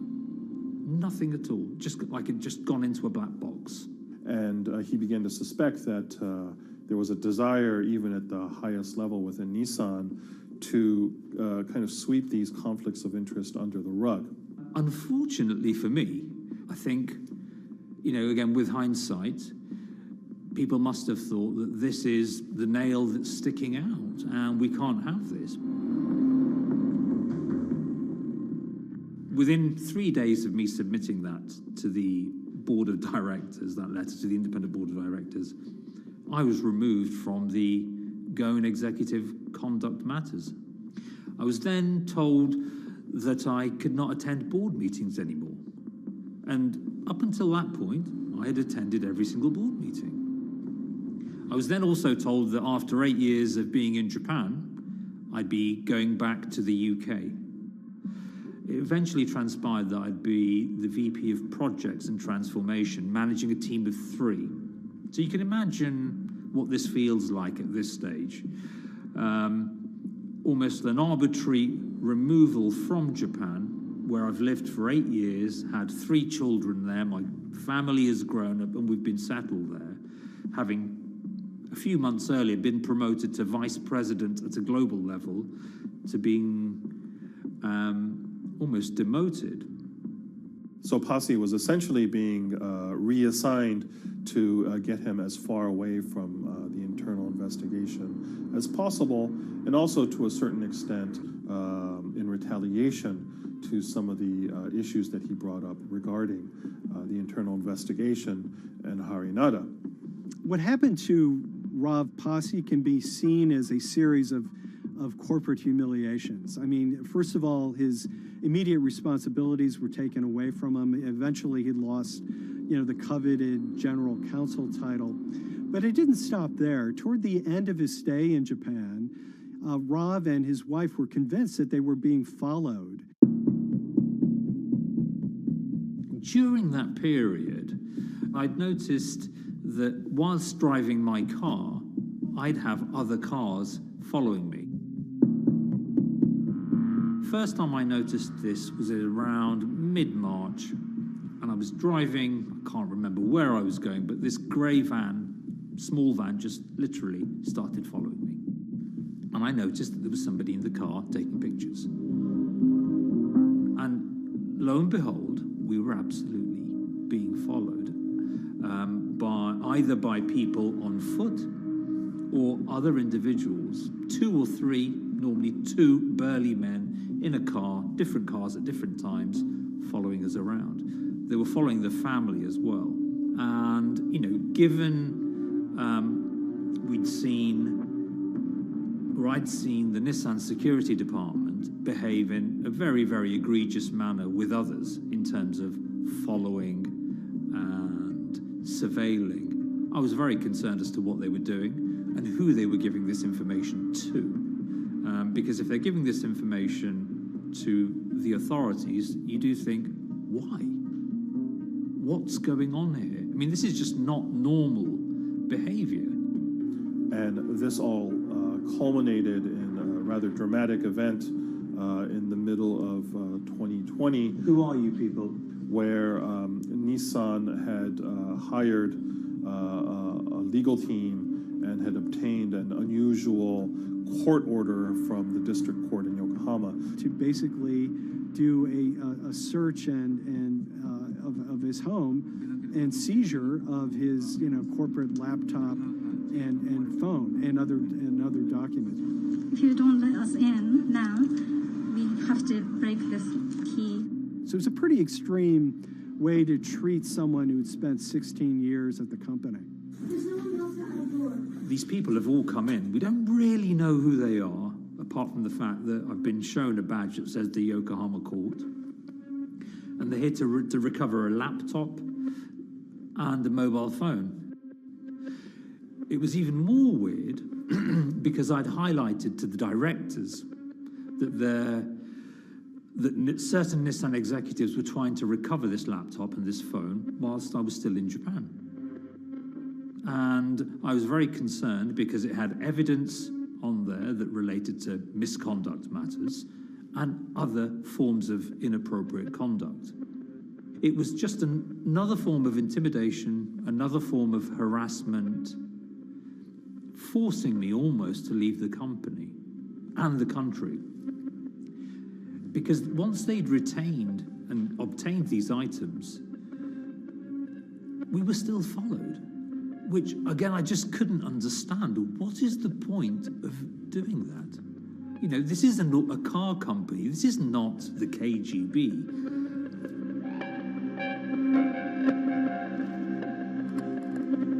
I think it's fair to say that Rav Pasi didn't have full battlefield awareness of all the intrigue going on at Nissan. I mean, Harinada is interesting because he's both charismatic and charming, and one of the most brutal corporate infighters one could ever run across. This is a confidential company email, right? You should not have this. If he had fallen into line, he would probably still have his job at Nissan, be paid very well, and continued his work. A career that he spent 16 years building at Nissan is irretrievably broken. It's been smashed to smithereens. He and his family paid a huge price, certainly. But in terms of being able to sleep at night, I think, he's come out ahead. I highlighted issues to the highest levels of the company so that they could be dealt with appropriately by those in charge. There was no response to those, and there was retaliation against me. What's really profound, like absolutely profound, is that none of your colleagues, I mean people who you have known for years, forget it. Yeah. You're on your own. Yeah. And you got to be ready for that. You've got to be ready for that. If you take it on anyway.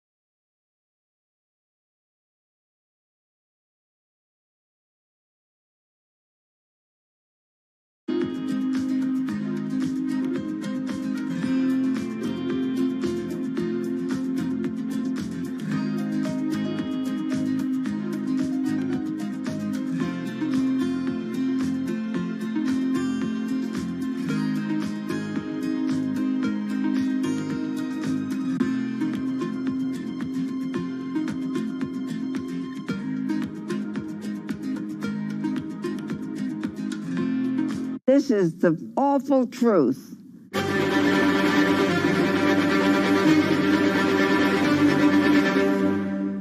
There's always someone in the family that's pushing it.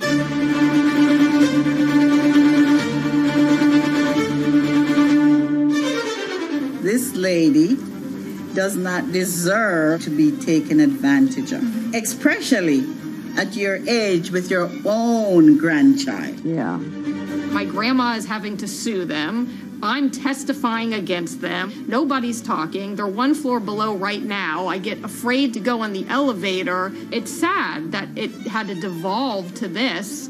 It's like a soap opera to me. It's a very sad thing. It's a family feud. A family feud. Here's a family that, on paper, you would think has the wealth that so many people seek, yet at the end of the day, it seemed to sort of rip everybody apart.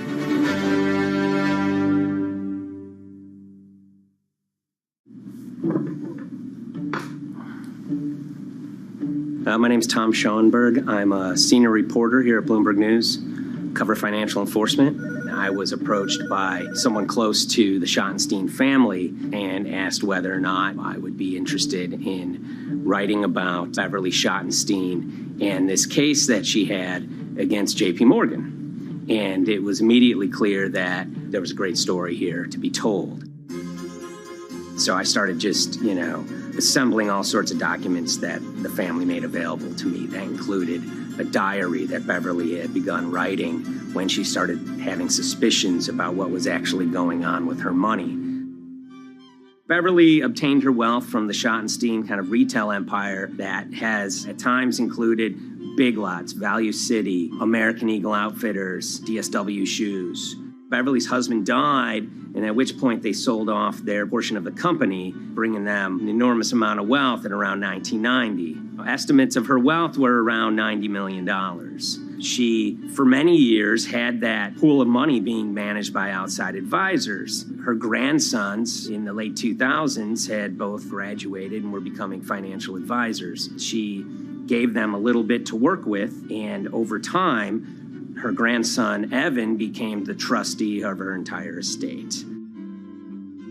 Managing sort of family money is not a conflict. In fact, some ways in wealth management, it's kind of how you get your start. It's kind of the seed that you need to sort of get going in the business. But Beverly started having suspicions that something was wrong probably in around 2016.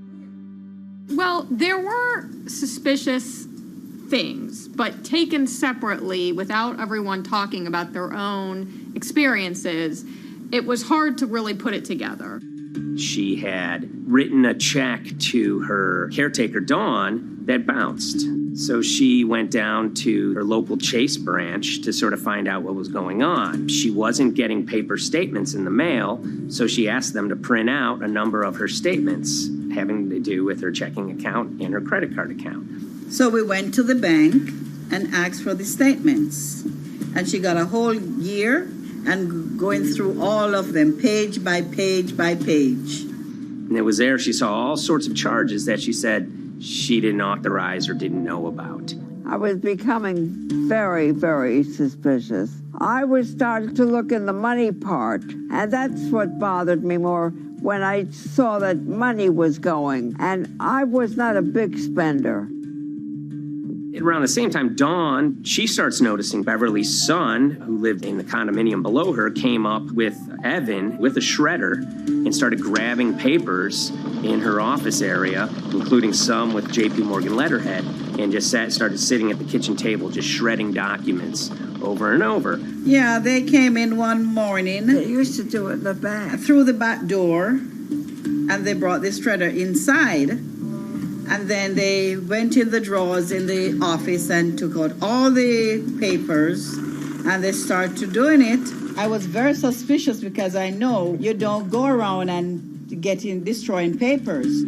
Beverly said that they had done this many times before. That's when she said to me, Dawn, I'm going to write my feelings in this black book. Diary. And it's a diary, and she started writing. Each day she would write a little at a time. Around the holidays of 2018, a package had arrived, a FedEx package, and in it were materials about a venture capital fund based out of the Cayman Islands. Dawn and some other family members take a look at this, and they see that Beverly is signed up for this fund to the tune of $5 million over the course of several years. And that was really the beginning of it. That was sort of the tip of the iceberg when it became obvious that something was going on, that my grandmother really wasn't aware of this fund. You know, Beverly started to panic. She got really upset and called, J.P. Morgan's headquarters in New York and asked for Jamie Dimon. She said she was told someone would call her back, but she says that never happened. She wrote a letter to Evan and Avi, and in there she laid out a number of things that were concerning her: unauthorized trading, the checking account. She had about $1 million worth of jewelry in a safe deposit box, and that her son Bobby had the key to that box, and that jewelry had gone missing. All this was kind of packaged in this, 5-page handwritten amendment to a will and trust. There's such an evolving narrative about why the jewelry was taken. The only truth we really know is that the jewelry is gone. But why it happened, there have been a lot of different stories. You just don't take your mother's wonderful things and hand it out. And they emailed that note to J.P. Morgan to seize all activity on her account. And it ended up setting off a firestorm after that. As soon as they got this email that there was a cease and desist and that she wanted to send her money and change brokerage firms, they were actually vacationing one floor below downstairs. They're there right now. The next day, Beverly's in her place, the granddaughter's still in her place visiting. Dawn is there, and up comes Bobby kind of barging through the door. And he's screaming about what was sent to the J.P. Morgan. They're now investigating them. And he's furious, takes his mother and sort of puts her into a chair, gets pen and paper, and she says physically forced her to write a retraction letter.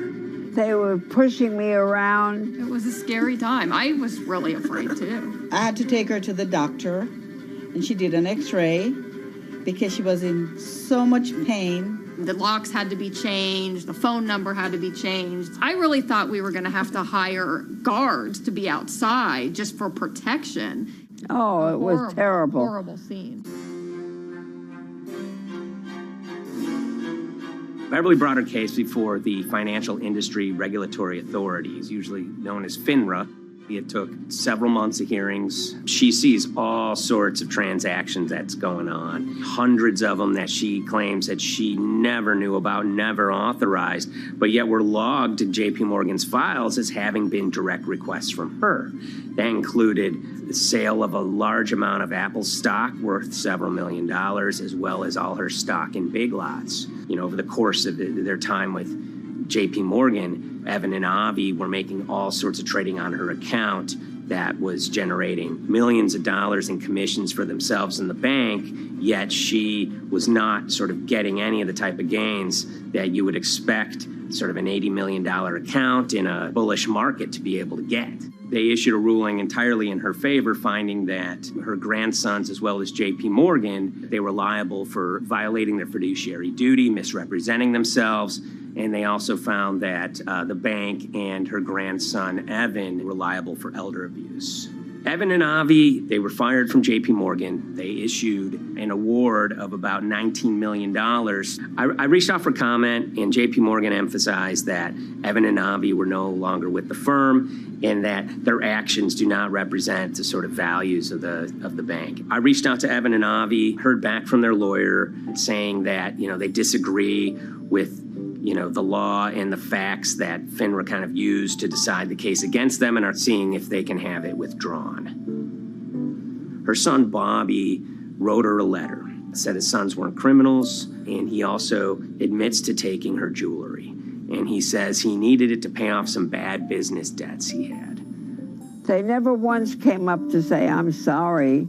If there had been an apology and some acceptance, and asking for forgiveness from my grandmother, I don't think we'd be in the position that we are now. Since the piece came out, we've received dozens of messages from people, many of whom are telling their own sort of personal tales of, kind of financial advisors gone bad, or family members who got control of an estate and abused, those within. Seems that it's really resonated with a lot of people. I keep, hearing a lot of feedback about Beverly and how, a lot of people feel she did the right thing. You're never too old to stand up for yourself and try to right an injustice. She was adamant that she wanted to stand up for herself, but at the end of the day, they did wrong. It's a painful life lesson. Beverly taught them that you don't mess with grandma.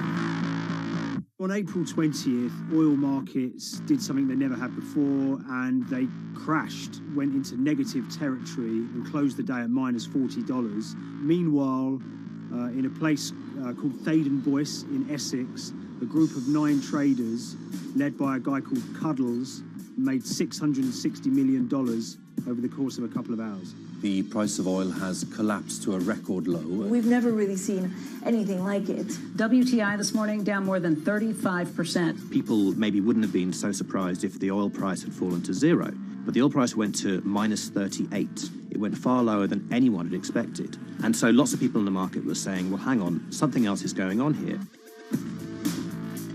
A couple of months later, I started to get wind through a kind of network of sources that a tiny firm in the outskirts of London had made a huge amount of money that day and potentially had some part to play in what happened. The information we got was that 9 traders at Vega Capital London had made in the region of $660 million in one day. As a group, I think they made as much money in one day as Apple makes from its international sales in one day. I mean, it's an insane sum of money.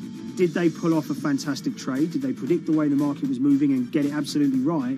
Or was there something else going on, and had they actually done something that breached market rules in a bid to sort of push the market? And that investigation is ongoing.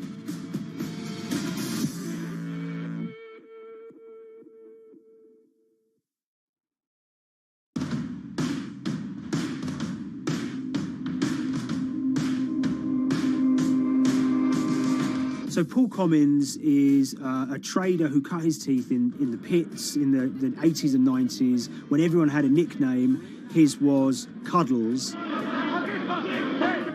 If you can imagine, that was a very sort of cutthroat type of world where people are doing, hundreds of thousands and millions of dollar trades by shouting at each other, giving hand signals, and then sort of scrawling on scraps of paper. The culture of the trading pits in London was very influenced by the working class guys who became traders there. They weren't like the city bankers that had gone before them. They weren't usually Oxford or Cambridge. They didn't wear Savile Row suits. They were ordinary working guys who happened to have a talent for trading. And a lot of them came from Essex. I think it was 400 traders in the pits, and Cuddles in his oil and gas pit was described to us as amongst the top 3 amongst that, was very successful and made very large amounts of money as a young man. But inevitably mechanization and the arrival of electronic markets was the kind of death knell for the pits, and in 2005 the IPE closed down. And when the pits shut down, a lot of the traders who worked there lost their jobs or quit or went to work for financial institutions. But Paul Commins decided to start his own trading collective out in Essex. Some of them are ex-pit guys, cut from the same cloth as him. Lots of them are actually sort of in their 20s, and they're his, drinking buddy's son, or they're his own kids' friends from football. They're young lads, hungry and ambitious, and he brings them into the fold. And fairly shortly, he's got, maybe a dozen or so traders that they're independent, let's be clear, but they're all part of this collective.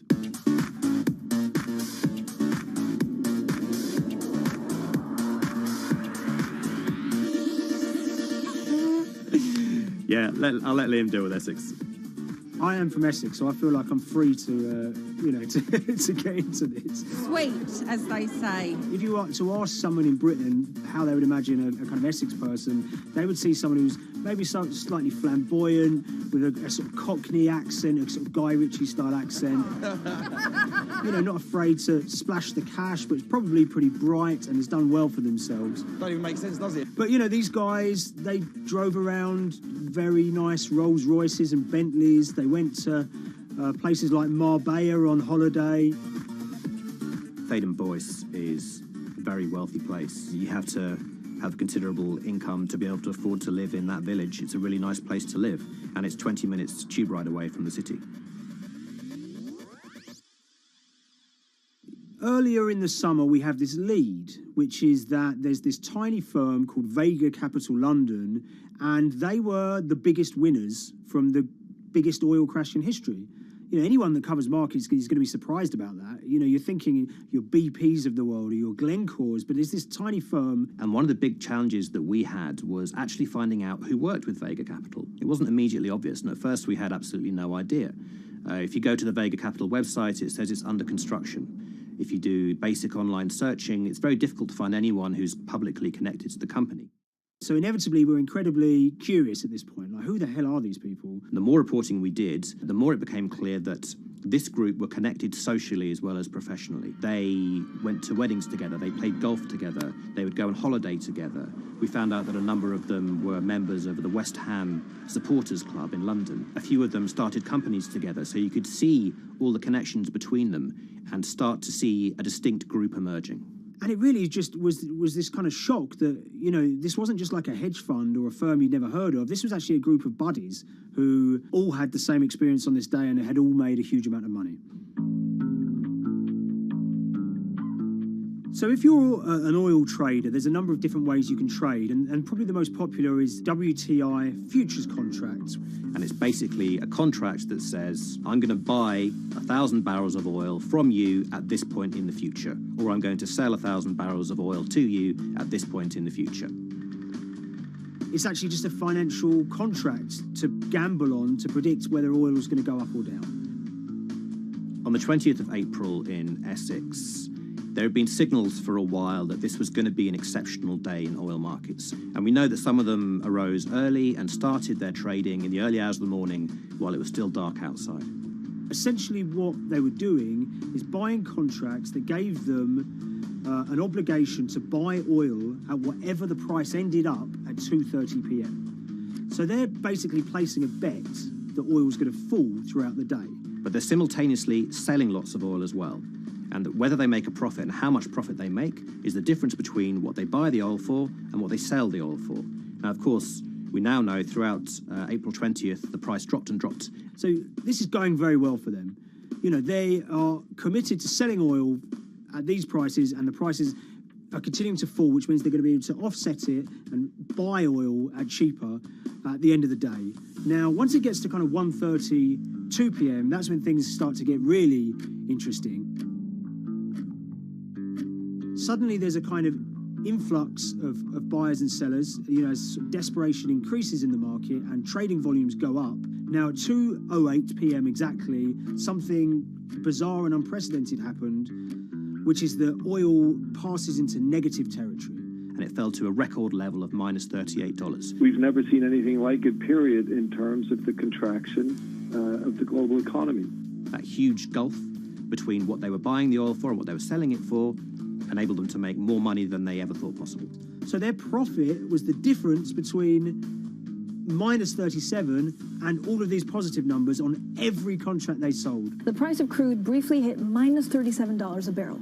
For one group of traders operating from a small office, it was a very, very profitable day. It's important to remember this had never happened before in the history of oil trading. No one could have predicted it. I can't think of another example of where you enter a trade and you get paid on both sides. You get paid both to sell and to buy. It's unthinkable.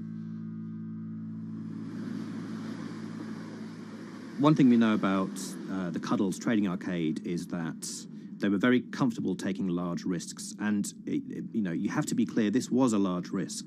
Yeah, we spoke to oil traders, both people that know these guys and people that don't, and they all say that this is, incredibly risky. And that's actually what stops a lot of oil traders doing trading like this. They simply aren't willing to stomach the risk. But Cuddles and his friends were. So when the kind of final calculations came down, the group of the 9 most profitable traders made $660 million or thereabouts between them. I mean, if you can imagine, I think 3 or 4 of them made in excess of 100 million each. One of the astonishing things about this trade is that 2 of the individuals who made more than $100 million in a single day were in their 20s. One of them was 22 years old.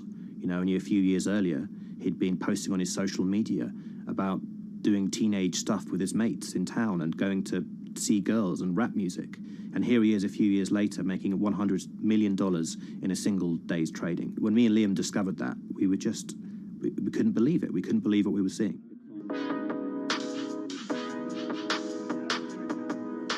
Oil trading is a zero-sum game. Anytime you're making money as an oil trader, someone else is losing it. Amongst the biggest losers were the investors in this Chinese fund, Crude Oil Treasure Fund. There were thousands of them, and they lost everything. Lots of people had put their savings into oil funds. They lost money that day.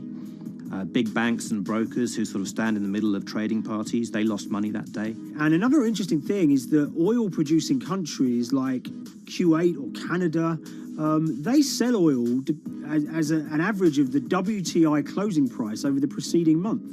So the fact that one of those numbers in that average was minus 37 meant, if you can imagine, countries like Saudi Arabia and Kuwait potentially lost a couple of dollars on every single barrel of oil they sold that month. Vega Capital's traders made such an extraordinary sum of money that it was inevitable there would be some scrutiny of what they did. But it wasn't just the sums of money they made. In the vital half an hour before the settlement price was set, they were by far the biggest sellers of oil futures in the market, which is an incredible thing to think about when you consider that the other participants in that oil market are going to be the world's biggest banks, oil majors, BP and Shell, and here you have a group of 9 guys in Essex who are having this significant influence over a global market for oil. I mean, I think you have to assume that if these guys had made $7 million or $10 million, they probably would be celebrating in Essex right now. But the fact that they made closer to $700 million has meant that they are facing understandable scrutiny. We wrote individually to all the Vega traders who did exceptionally well that day, and we got a letter in response from a law firm representing the group. The law firm was at pains to point out, number one, that they haven't been accused of any wrongdoing, that they all traded independently and separately, and they'd basically all made up their own minds that this was what was going to happen in oil markets based on publicly available knowledge, and decided to execute this trade. What I love about these stories is there's a real variance of opinion, and some people will look at what happened and think that must be dodgy. They all traded at the end of the day. They all made a huge amount of money while all these people lost. That's shocking. But lots of people say these guys are at acute disadvantage. They're in a market that's inhabited by, huge technology-driven funds and firms and oil giants that have got all the advantages in the world, and when you get a bunch of Essex geezers who essentially beat the market and find a way to make a huge amount of money, they should get a pat on the back, really, because that's the dream. Since this happened, a lot of the guys have stopped trading the monthly settlements that they'd done so well at in the past. Several of them have set up new companies. They've essentially gone very quiet. Any kind of social media presence they had is kind of closed down. By all accounts, they're, waiting this out. It's certainly too early to try and predict how the regulatory investigations are going to pan out. We just don't know. There's a number of potential outcomes for these guys. Potential punishments if there are any findings of manipulation against Vega or anyone affiliated with it might be you could be fined, you could be banned from trading, and in the most extreme cases there have even been criminal prosecutions in the past of people who have been found to have been manipulating the settlement and misconduct related to trade at settlement. There are other outcomes too. One obvious one is going to be that they're able to walk away from this life-changing trade with all the money that they made and celebrated as heroes in the trading community. That they'll go down as legends.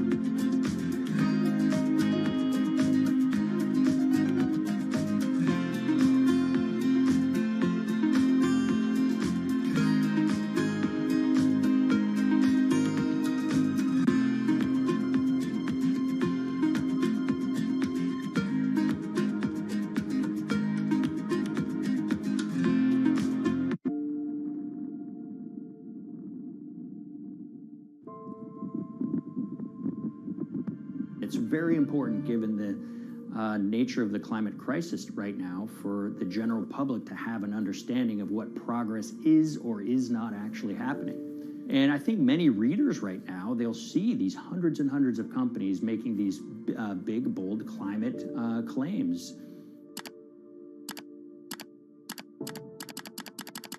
And they would be forgiven to think that we're well on our way to meeting the emission reduction trajectory we need to be on.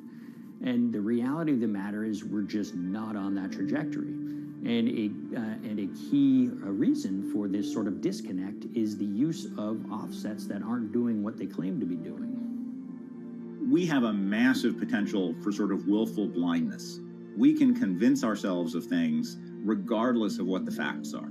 And so that's what tends to happen in these cases. It's not that anybody is setting out to commit climate fraud. They sort of walk themselves into a situation and they convince themselves of one thing, and that allows them to convince themselves of another thing. But at the end of the day, they're doing something that makes no sense at all.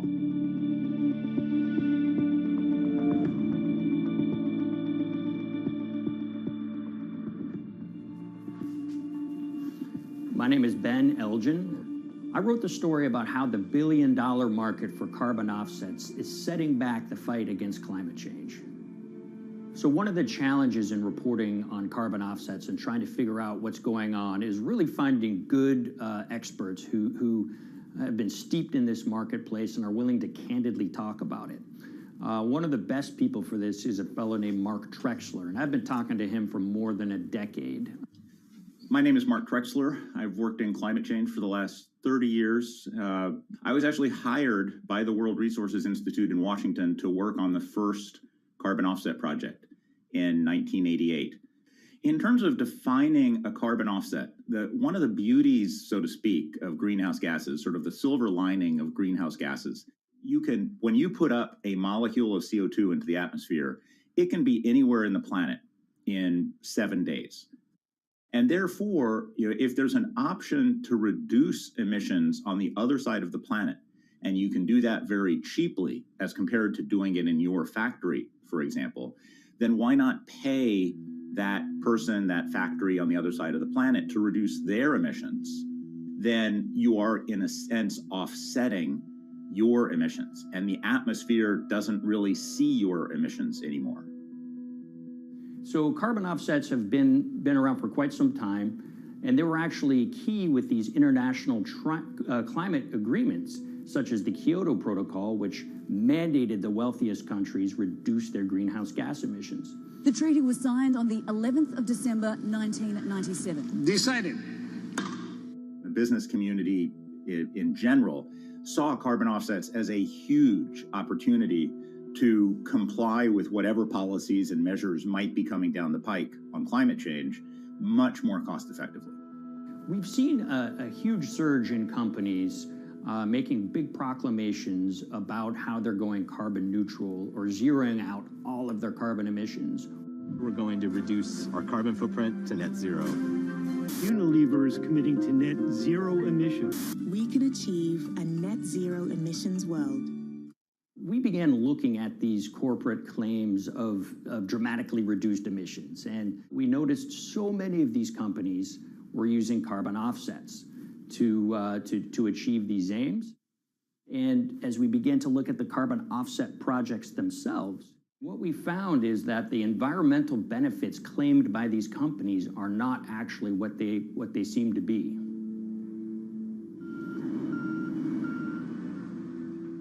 And as we sort of saw and spotted a number of these very aggressive carbon offset projects, which appeared to be generating inflated credits or bogus credits, we saw a number of them were associated with the Nature Conservancy.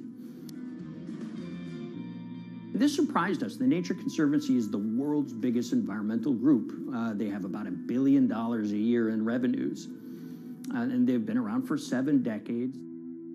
They've preserved about 125 million acres of land, and they've done so many good works over the years, and they've been very strong in terms of working with corporate partners. The Nature Conservancy has taken a different approach, a very pragmatic and pro-business approach. They will not go out and criticize a big polluter, but they're very happy to work with them.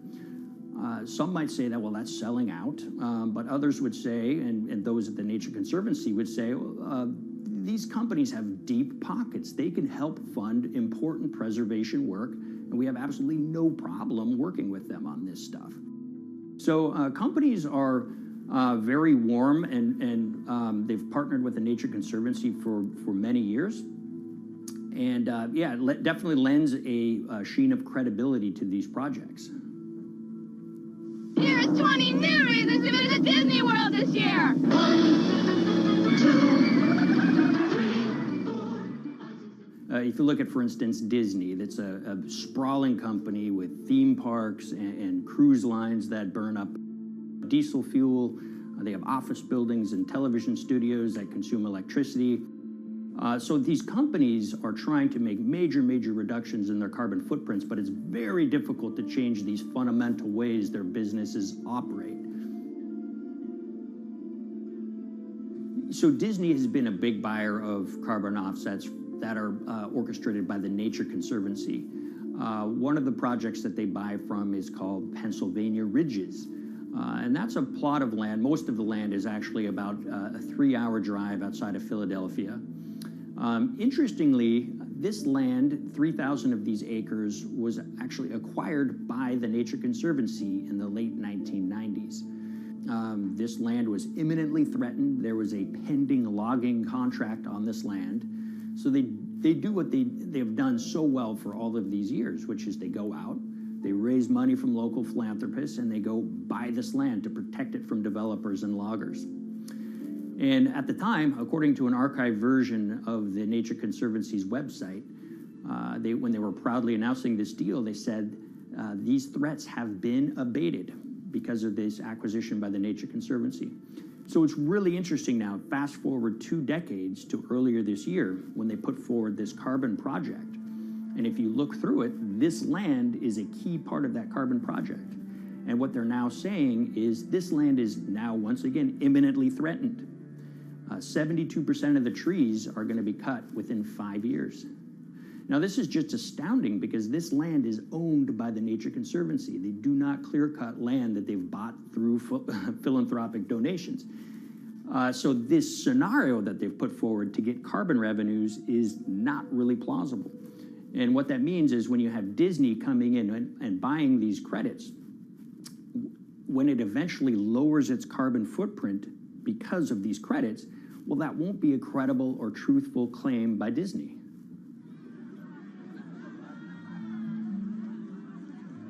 So this is an organization that truly understands the threat of the issue of climate change and is wanting to do its part to address this.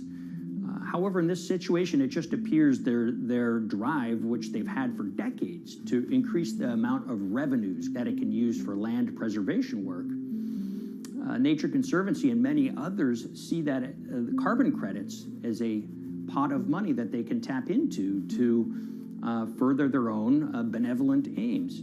But unfortunately, what this has resulted in is claims of climate progress that just aren't really happening. So the Nature Conservancy defends vigorously these deals, and they and others will say, look, our projects are just following the rules that these registries set up. So some would also put some of the blame on the registries themselves because they're setting up the rules which allow these vapid projects to get up and sold. So we've reached out to all of the companies we mentioned in this story, including Disney. They didn't want to be interviewed for this story, but they all told us that, look, we have to rely on the experts out there, and those experts, they say, are these carbon registries that have been set up. Most of these Nature Conservancy deals are set up and sold on this exchange. It's called the American Carbon Registry. Now, it's the oldest of these registries that allow voluntary carbon credits to be sold. They've been around since 1996. What these offset registries do is they set up rules, and any carbon offset project has to follow those rules. But there's this tension that's always there. If the rules are too strict, then it's going to be very hard for carbon offset projects to get up and running. So there's this balance going on where the registries want rules that attract projects, but they don't want it to be so strict where it will disincentivize projects from getting listed.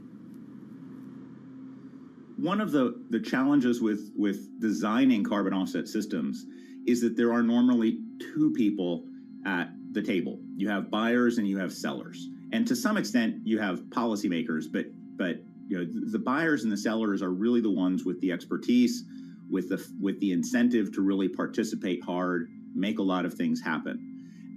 And the challenge there is that both of them sort of want the same thing, or they're both happy with the same thing. They're happy with low-cost offsets and a lot of them, because that works for their business model. You end up, though, with nobody really representing the atmosphere, so to speak.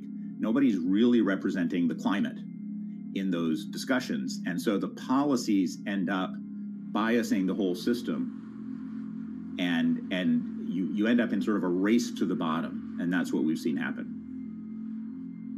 You know, when it comes specifically to the topic of carbon offsets, you know, I am a fan of carbon offsets in the sense that they can help mitigate climate change. They absolutely can. But, you know, if we're not going to do it correctly in a way that actually does help mitigate climate change, then it's nothing but a distraction. And, you know, after 30 years, you have to start wondering, is it really just a distraction? And that's really unfortunate, but that's where we are.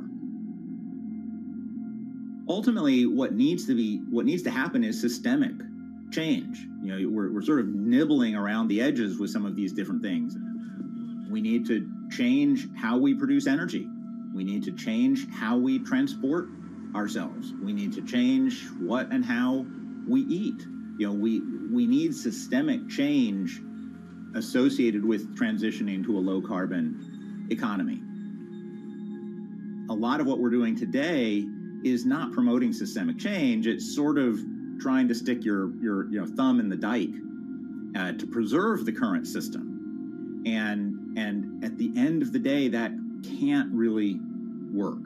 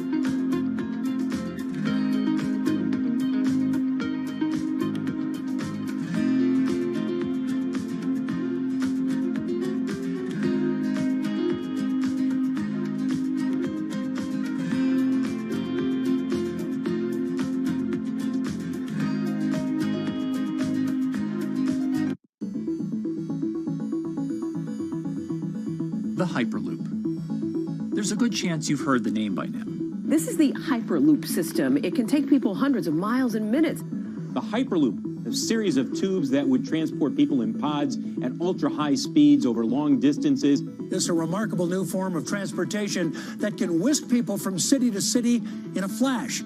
29 minutes from New York to D.C., 30 minutes from L.A. to San Francisco. For years, we've been seeing these futuristic, utopian renderings of some cross between a spaceship and a monorail. But lately, the Hyperloop is becoming much more real.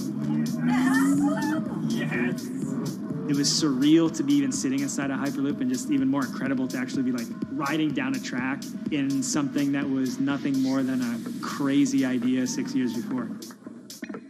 Companies all around the world have been developing and testing the technology needed to propel passengers at speeds of over 1,000 kilometers per hour.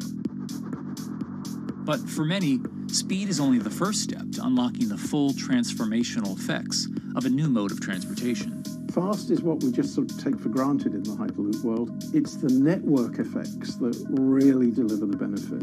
And that opens up a completely different scale of economic opportunity.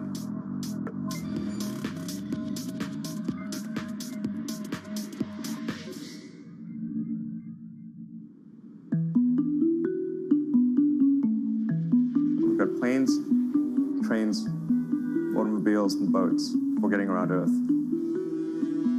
But what if there was a fifth mode? And I have a name for it, which is called the Hyperloop. The Hyperloop? Hyperloop, yeah. In 2013, while riding high on the growing success of Tesla and SpaceX, entrepreneur Elon Musk released a white paper outlining the basic framework of the technology he called Hyperloop. The basic idea goes a little something like this. A tube reduces the air pressure to a near vacuum-like environment. A Hyperloop pod is then suspended in the tube, usually by magnetic levitation. The whole pod can then be propelled forward. Because there's no traditional friction sources like air resistance or rolling friction that would push back against the pod, the Hyperloop is able to move at incredibly high speeds and do so fairly efficiently. Despite its futuristic name, however, the general concept behind Hyperloop is actually pretty old. In fact, New York City's first attempt at an underground public transit system in the 1870s was based on a similar principle. The pneumatic transit system was short-lived, however, only stretching one block and topping out at a rather leisurely 10 miles per hour. While Elon would make some 21st century improvements to this concept and bestow a very 21st century name, he wouldn't end up pursuing the technology itself, instead electing to focus his efforts on something a little bit deeper, literally digging the requisite tunnels via his boring company. It would take another billionaire industrialist who dabbles in spaceflight. No, wait, not that one. Yeah, that's the one. After Richard Branson would make a large investment in the company Hyperloop One, it would be renamed to Virgin Hyperloop. What we've always been trying to do as a company is show that this technology could work, that it could be made safe, and that ultimately it's something that's happening in the next couple of years, not the next 20 years. Josh Geigel is the co-founder and CEO of Virgin Hyperloop. In a familiar tech startup story, he's seen the project go from a garage to a large-scale testing facility outside of Las Vegas. So we started building the first kind of Hyperloop system in 2016. We've done a lot of work, about 500 tests that we've done on that over the last 5 years. And what we realized that we need to do is take that technology, show that it can be commercial, so drive the cost down, improve the efficiency, improve the performance. But the key thing is actually making it approachable and safe for individuals. In order to do that, Josh, along with Virgin's head of passenger experience, Sarah Lucian, bravely volunteered to take the inaugural ride. What her and I were realizing is we're the first two people sitting in a Hyperloop. The only type of people that have gone through this environment are in spacesuits, and there we are in just normal clothes because of the system, the safety of what we've designed. 3, 2, 1, launch. And then once we started going, you felt a bit of acceleration. We accelerated a little bit harder than we would in commercial. It'd be like a sports car. Yes. We got to about 108 miles an hour on that test. And it's a short run. It's about 500 yards or so, and came to a stop. The The test, lasting only about 20 seconds and covering only a quarter of a mile at just over 100 miles per hour, is a long way away from a true functioning Hyperloop. But as for optics, it's a crucial step for the future of funding. The number one question we got from investors or from project proponents or just people in general was like, is a Hyperloop safe? And what better way to show something is safe than by actually getting people on it? But convincing investors and governments that would likely be fronting some of the construction costs for an unproven technology is no easy task. First and foremost is the question of safety. Most people don't know how an airplane works, but yet they get on an airplane. They get on an airplane because, it's faster than driving, and most importantly, they've probably gotten off of one before, they've seen someone get off of one before. And so what we set out to do was actually show that Hyperloop could be safe with two normal people, not astronauts, not adrenaline junkies or test pilots or anything like that. Two normal people getting on a Hyperloop, and then most importantly, those two people getting off. But beyond safety concerns, constructing Hyperloops will undoubtedly require a significant capital investment to the estimated tune of around $60 million per kilometer of track. So a track from San Francisco to Los Angeles, for example, is likely to come with a price tag over $10 billion. And before large governments are willing to come in and front those costs, investors who are funding Hyperloop development must accept it as a long-term mixture of technology and infrastructure investing. Investors that are used to short returns because you're developing apps or something to that effect, those aren't the investors that really get excited about Hyperloop. What you start to see is the people that are looking at platform technologies, right? So this idea that because the smartphone existed, Uber could exist, right? So who are like the Vanderbilts of this century? And that's the part where you're going to get a lot more no's than yeses. But those people that have the ability, the fortitude to stick it out, to see the game-changing platform here, those are the people that we're looking for. And since we've done that passenger test, there has been a lot of interest that's really, this is a lot sooner than I thought.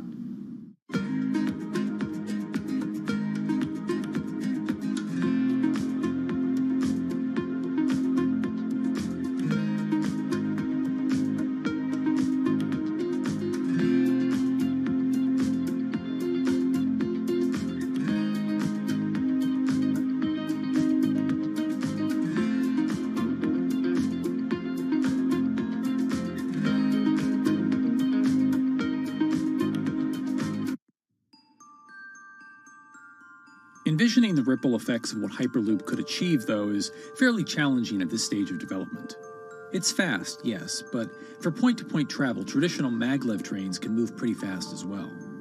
And outside of China, South Korea, and Japan, even those haven't seen much adoption elsewhere due to the high costs and questionable profitability. The Shanghai line in China, for example, loses around $100 million every year. Hyperloop companies, however, believe they can offer something different than traditional railway lines. My name's Alan James, and as far as I know, I'm the only guy on the planet who's written a government-level business case for 300 kmh conventional high-speed rail, 500 kmh maglev, and 1,000 kmh Hyperloop. It's fundamentally about moving people from where they are to where they want to go, when they want to make those journeys, and doing it in much smaller numbers. So pod designs for Hyperloop range from 12 to 28 seats, typically. Why are they small? It's because small enables the network to operate flexibly. And a great example of that is the east-west strategic route across the north of England, from Liverpool to Manchester to Leeds.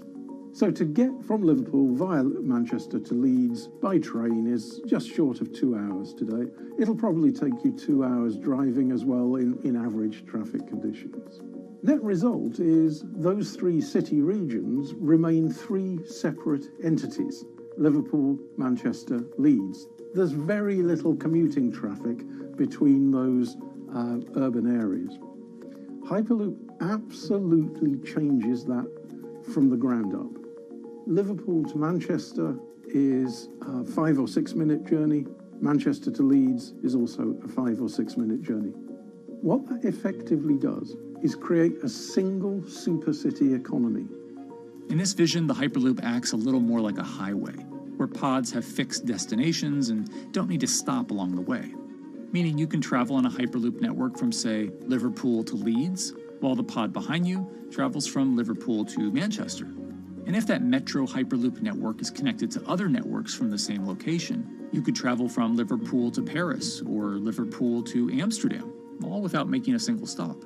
For passengers, for business, for leisure, that is utterly transformational.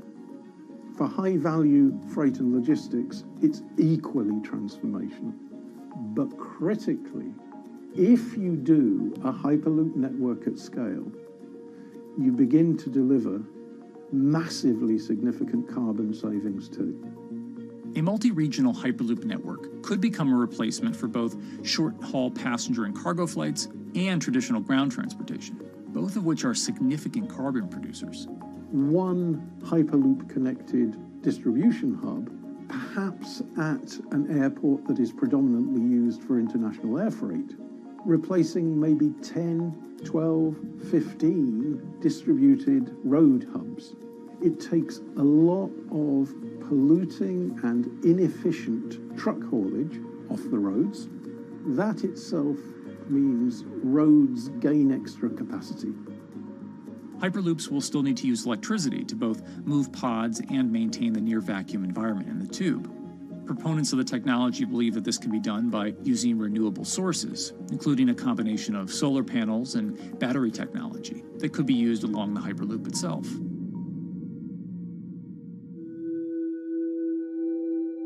But even with all multipliers of time and carbon emission savings that a Hyperloop network may provide, the investment capital required to actually build such a network becomes even more economically and politically daunting. Committing doesn't mean spending billions on day one. Committing means, how do we phase it?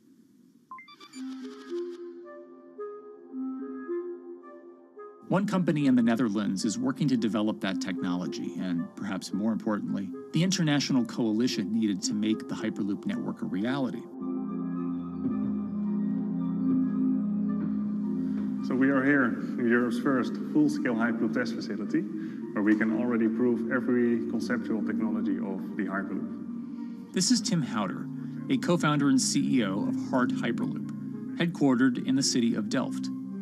And while this testing tube might not seem as large as others, inside is a key technology to create the on- and off-ramp type infrastructure of a Hyperloop network. That is, a lane switch. That's something we can already test here. You can actually see it here, that the track is diverging from one track into two.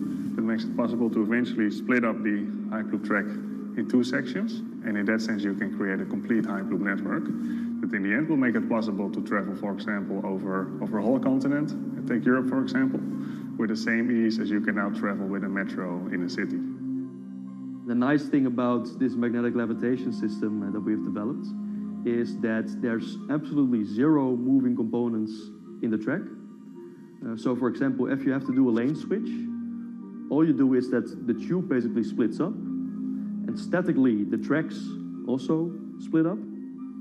And whenever the vehicle enters a switch, it either pulls itself to the right with its magnets, or it pulls itself to the left with its magnets.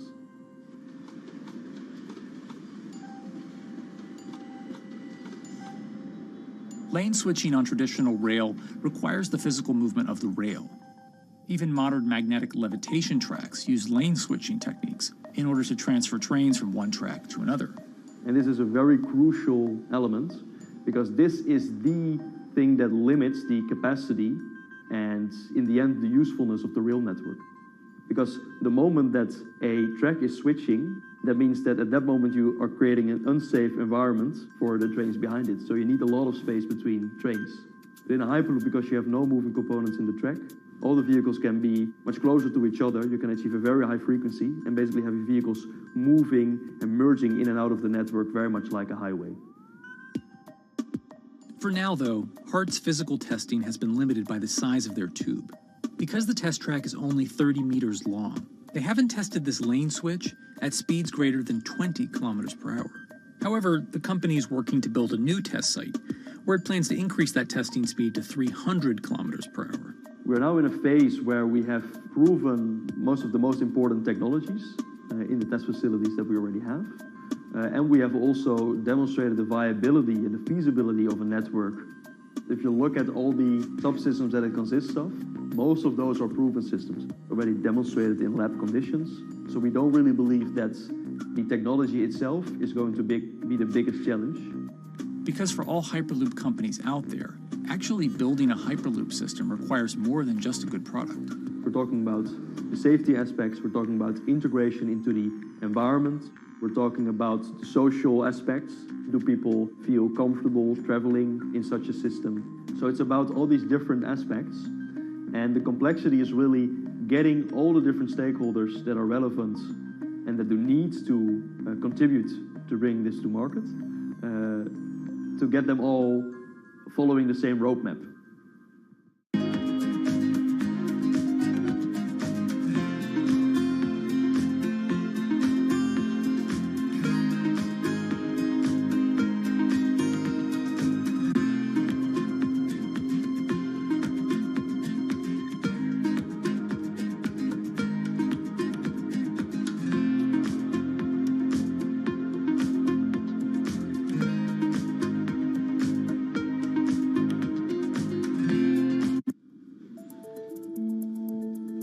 In order to help build this coalition of private and public interest in Hyperloop development, HART in 2018 partnered with other Hyperloop companies from Europe and Canada.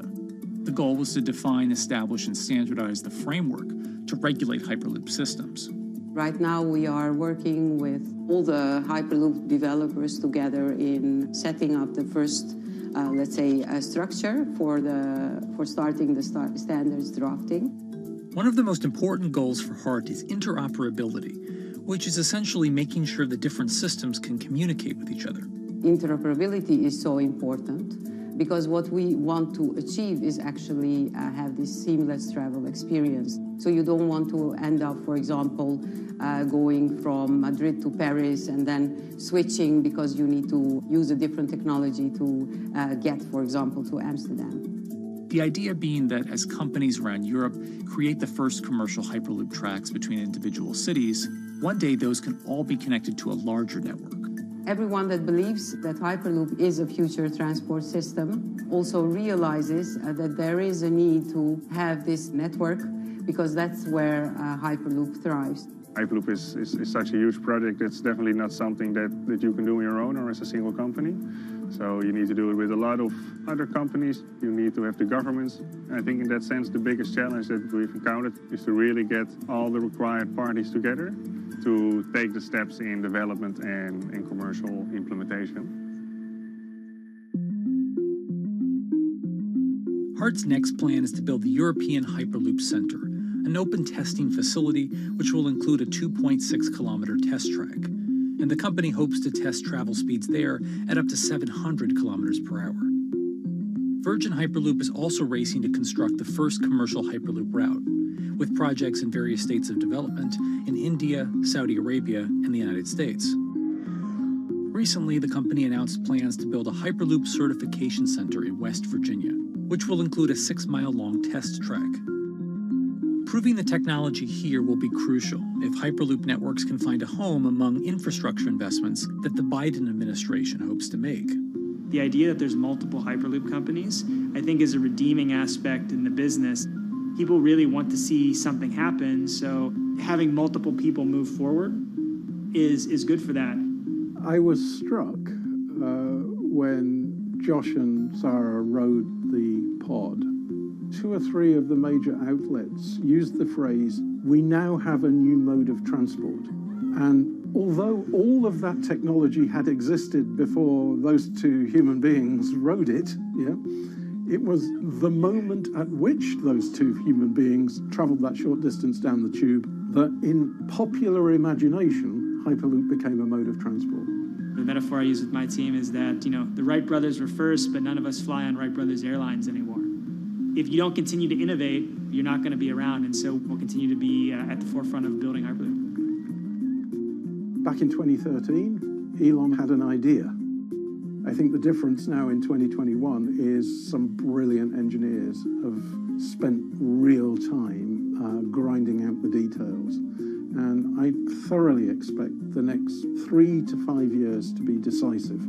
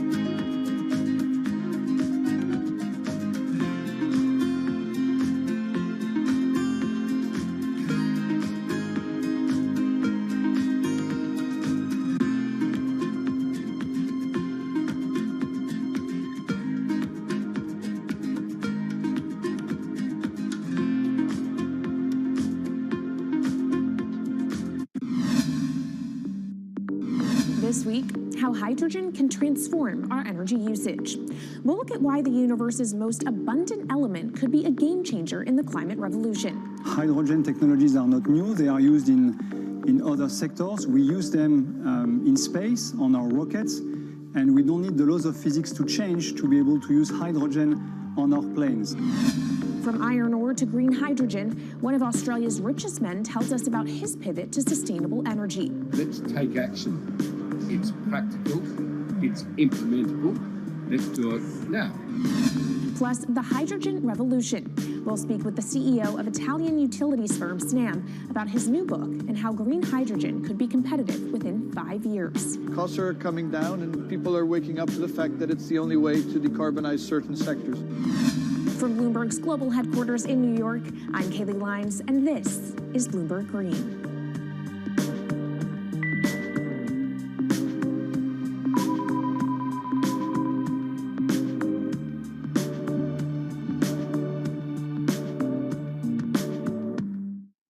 It's a new year, so here at Bloomberg Green, we're highlighting new solutions in the fight against climate change. And one of those is as old as the universe itself, hydrogen. It's the simplest element around, but could well be a game changer when it comes to turning around our dependence on fossil fuels. Today, hydrogen is used in the chemicals industry to produce petroleum products. It's also starting to be used in steel production, an industry under a lot of pressure to decarbonize. But it has far more uses as well, from powering cars to heating our homes.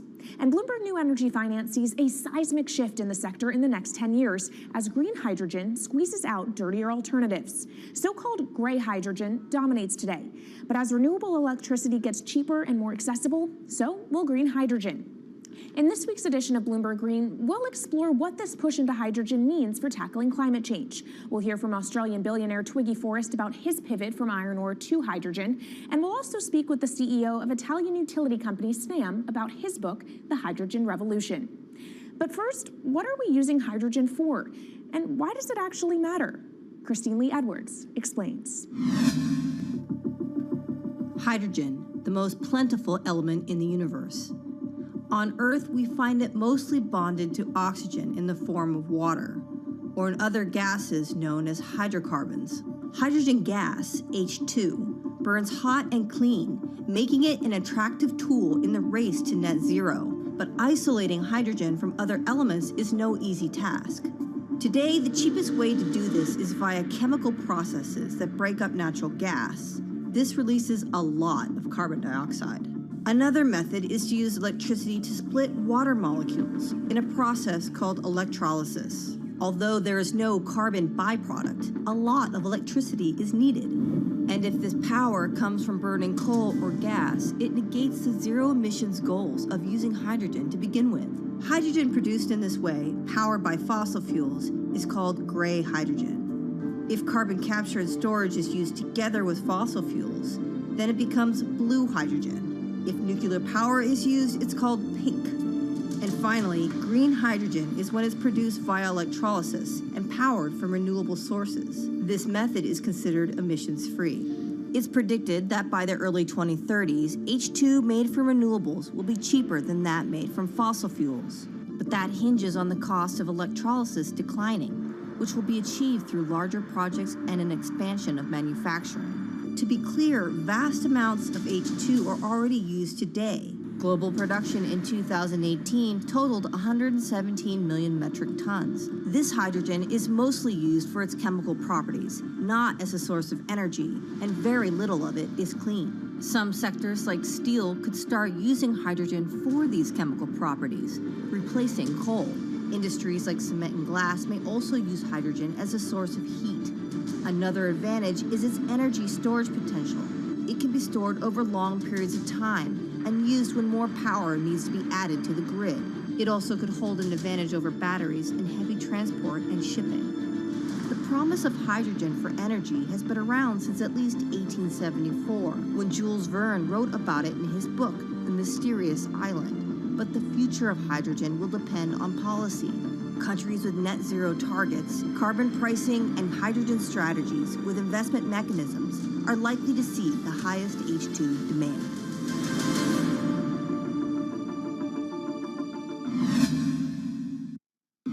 That was Bloomberg's Christine Lee Edwards explaining what hydrogen means for the energy transition.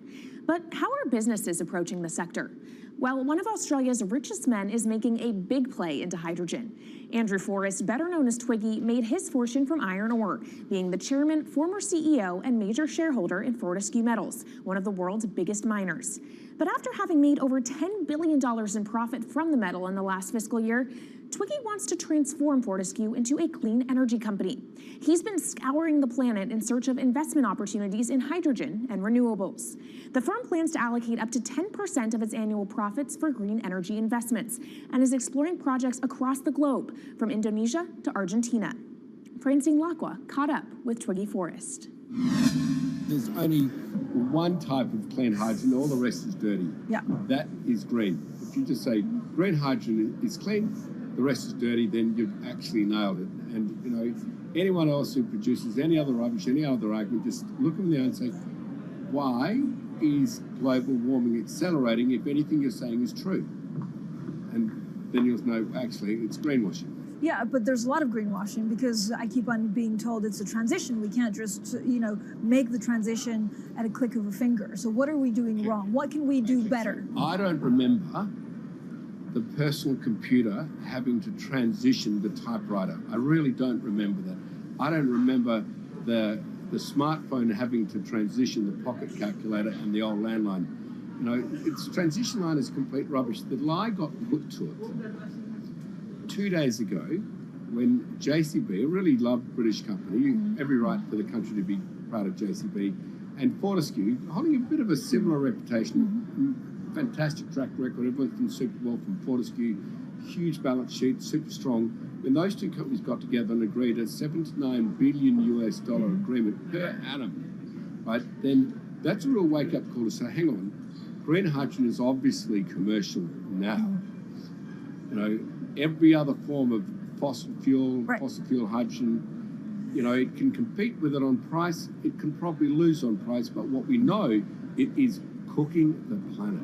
And only green hydrogen zero methane, zero carbon in the supply chain. Don't worry about the molecules in the supply chain. But at the moment, we're not even phasing out coal, if you look at the G20 communique. So we have a long way to go to talk about only using green hydrogen. Yeah, so look, I have a call, which I'd like to make now, that the world should not fund any more coal-fired power stations, coal mining projects, ever. We should wind them down as quickly as possible because they are cooking the planet just like grey and blue hydrogen is cooking the planet.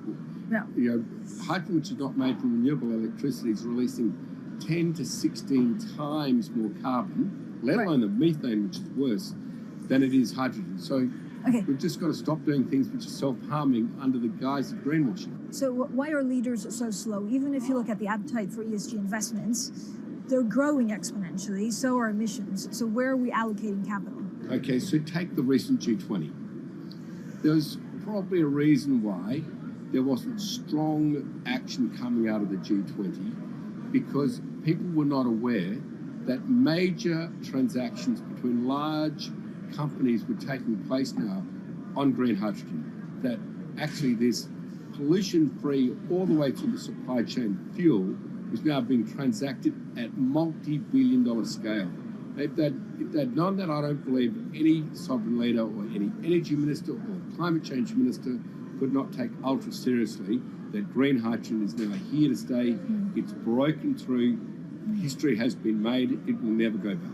Okay, what is the one thing that you would tell leaders today and business leaders? How do we transition faster than what we are now because we're at real risk of missing our targets? Oh, so that's really simple.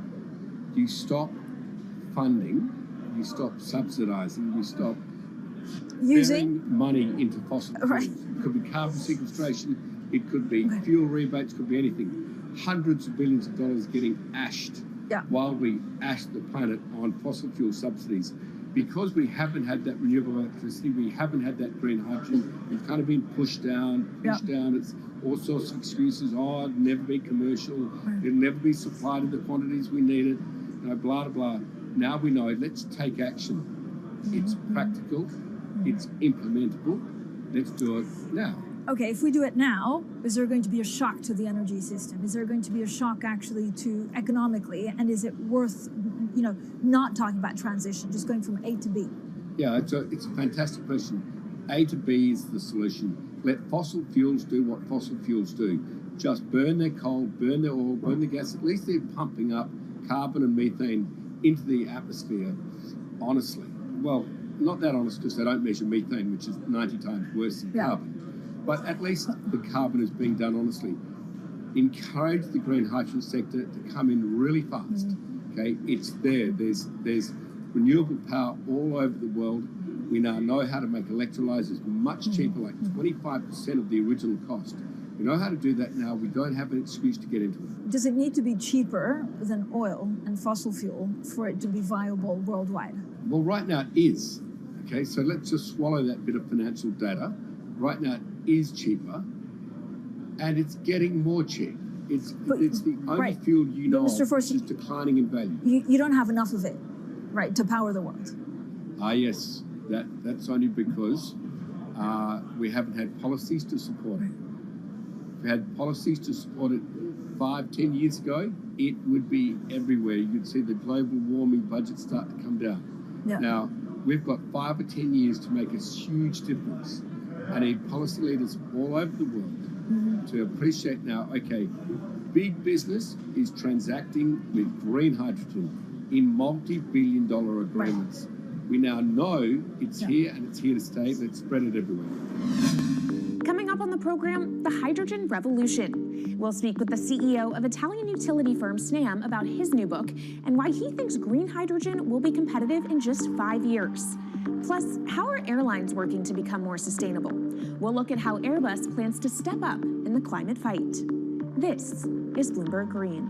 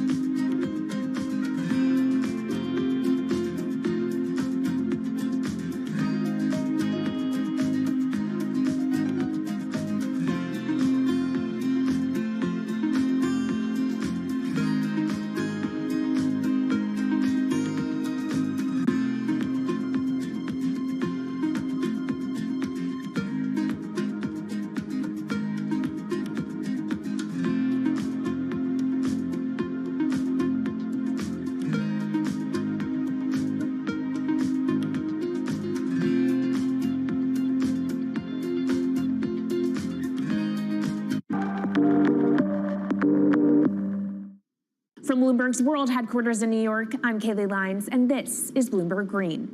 What will the world look like in 2050? Will global temperatures have stabilized, electric vehicles be abundant, and solar and wind power homes around the world? According to Marco Alvera, the CEO of Italian energy company Snam, that vision of the future could be a reality. And he says that hydrogen will pave its way.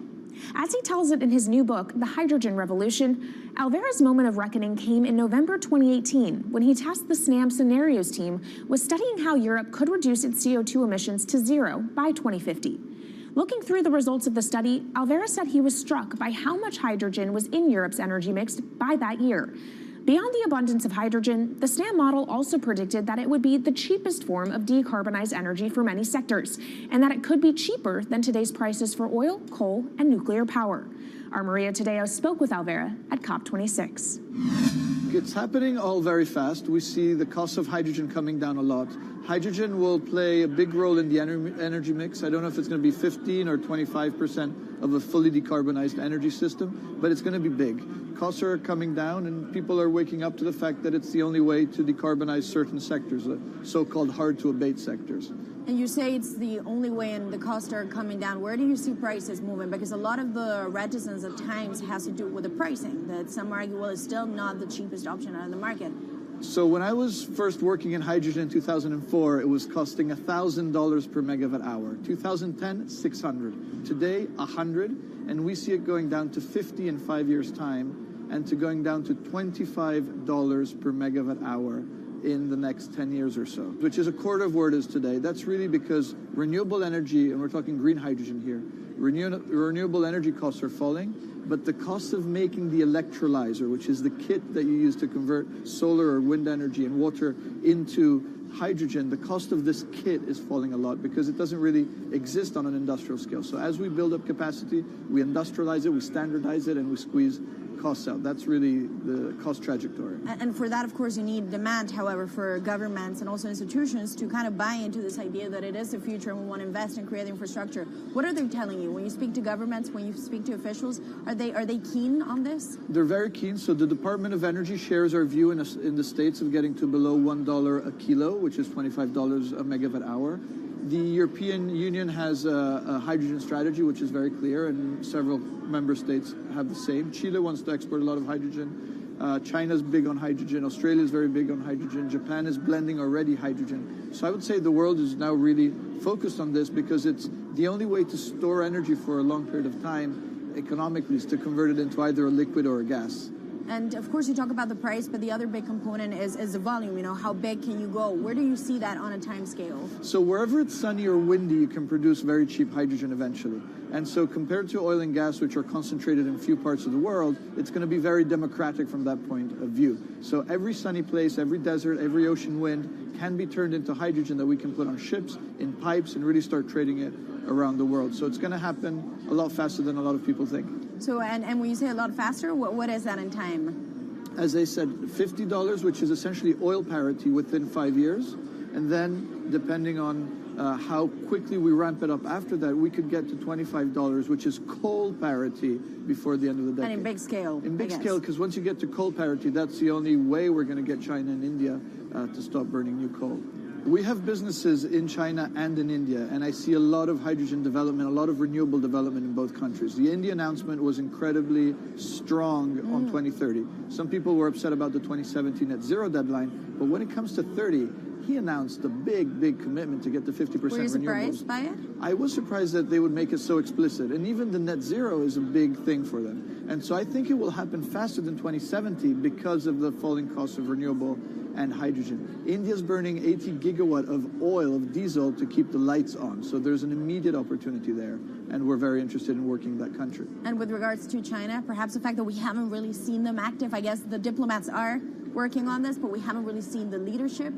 It's going to be technology, it's going to be industry. I think China has committed to a net zero, which is very important. At the G20, China was clearly behind the 1.5 degrees. So I think a lot has been achieved between the G20 and COP. And I think what's really important is to see in the coming years how quick it's in our hands to make part of this happen in 5 years, or it could otherwise happen in 15, 20 years. It's about building the projects. The capital is there. We saw how many trillions of dollars are already committed. What's missing is really the projects, and that's where companies like us step in. Marco Alvera, CEO of SNAM there, speaking with our Maria Tadeo. Let's turn now to the aviation industry. It's a big contributor to global greenhouse gas emissions, and it's under pressure to change that. In October, the International Air Transport Association, a trade body representing airlines, approved a target of achieving net zero emissions by 2050. To achieve that, many airlines in the US and Europe are looking to buy sustainable aviation fuel made from renewable sources like used vegetable oil.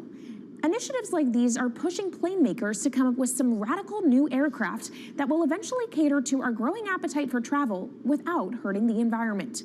We took a look at how Airbus, the world's #2 aircraft manufacturer, is stepping up to the challenge. How long until we can fly emission-free? Airbus says it's more confident by the day it can be done by its 2035 target. Airbus's CEO spoke about its ambitions for hydrogen-powered planes at the company's summit in France. The physics works. Hydrogen technologies are not new. They are used in other sectors. We use them in space on our rockets, and we don't need the laws of physics to change to be able to use hydrogen on our planes. So every day we become more confident, but we think we need to have a plane, we need to have the right fuels, the hydrogen available in the right quantity at the right place at the right time, and we need the regulations to be ready. So we really need the work and the collaboration of many people around the globe to make it happen on time. But it could be a long wait until green passenger jets go mainstream. Larger aircraft with more than 150 seats are not expected to feature globally until about 2050. That means manufacturers and airlines today are under growing pressure to ramp up short-term innovations to cut their carbon. In the long term, meeting the ambitious plans for so-called green hydrogen means building a giant industry almost from scratch. To make that happen, British airline EasyJet is among those saying governments need to get involved and fast. Aviation's emissions over the last 3 decades leading up to the pandemic grew by about 80% to over 1 gigaton, and that's projected to double by 2050. According to Bloomberg NEF, about half of the airlines with the largest global market share have set net zero targets by that same date, nearly 3 decades away.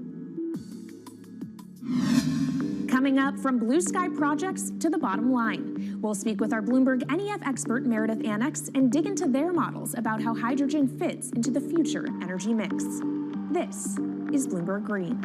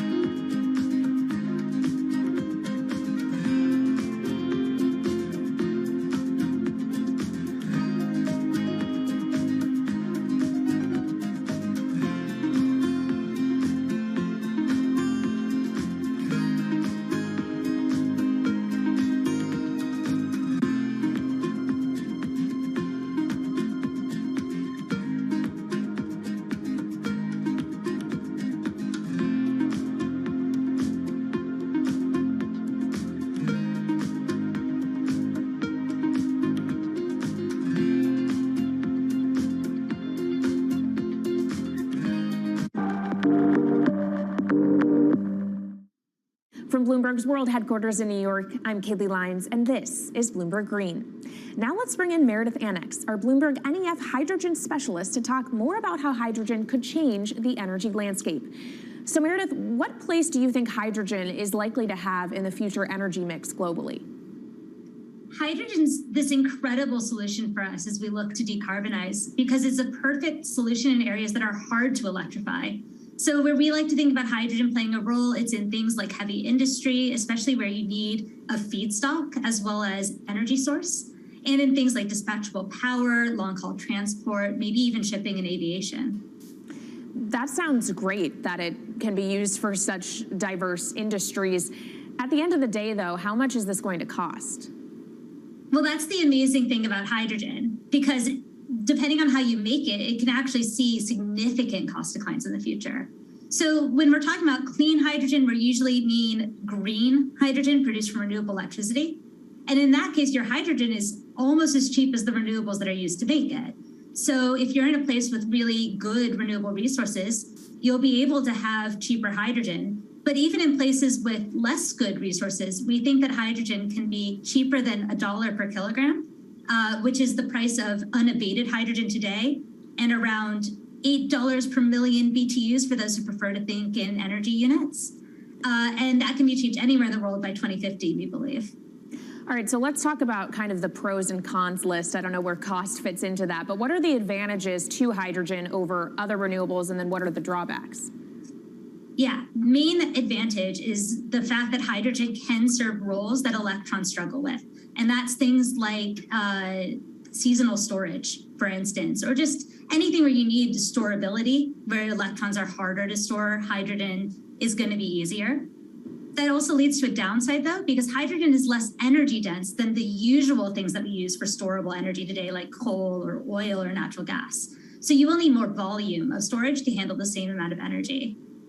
Let's talk about the viability as well and how it may differ in different geographies. What is your view on that?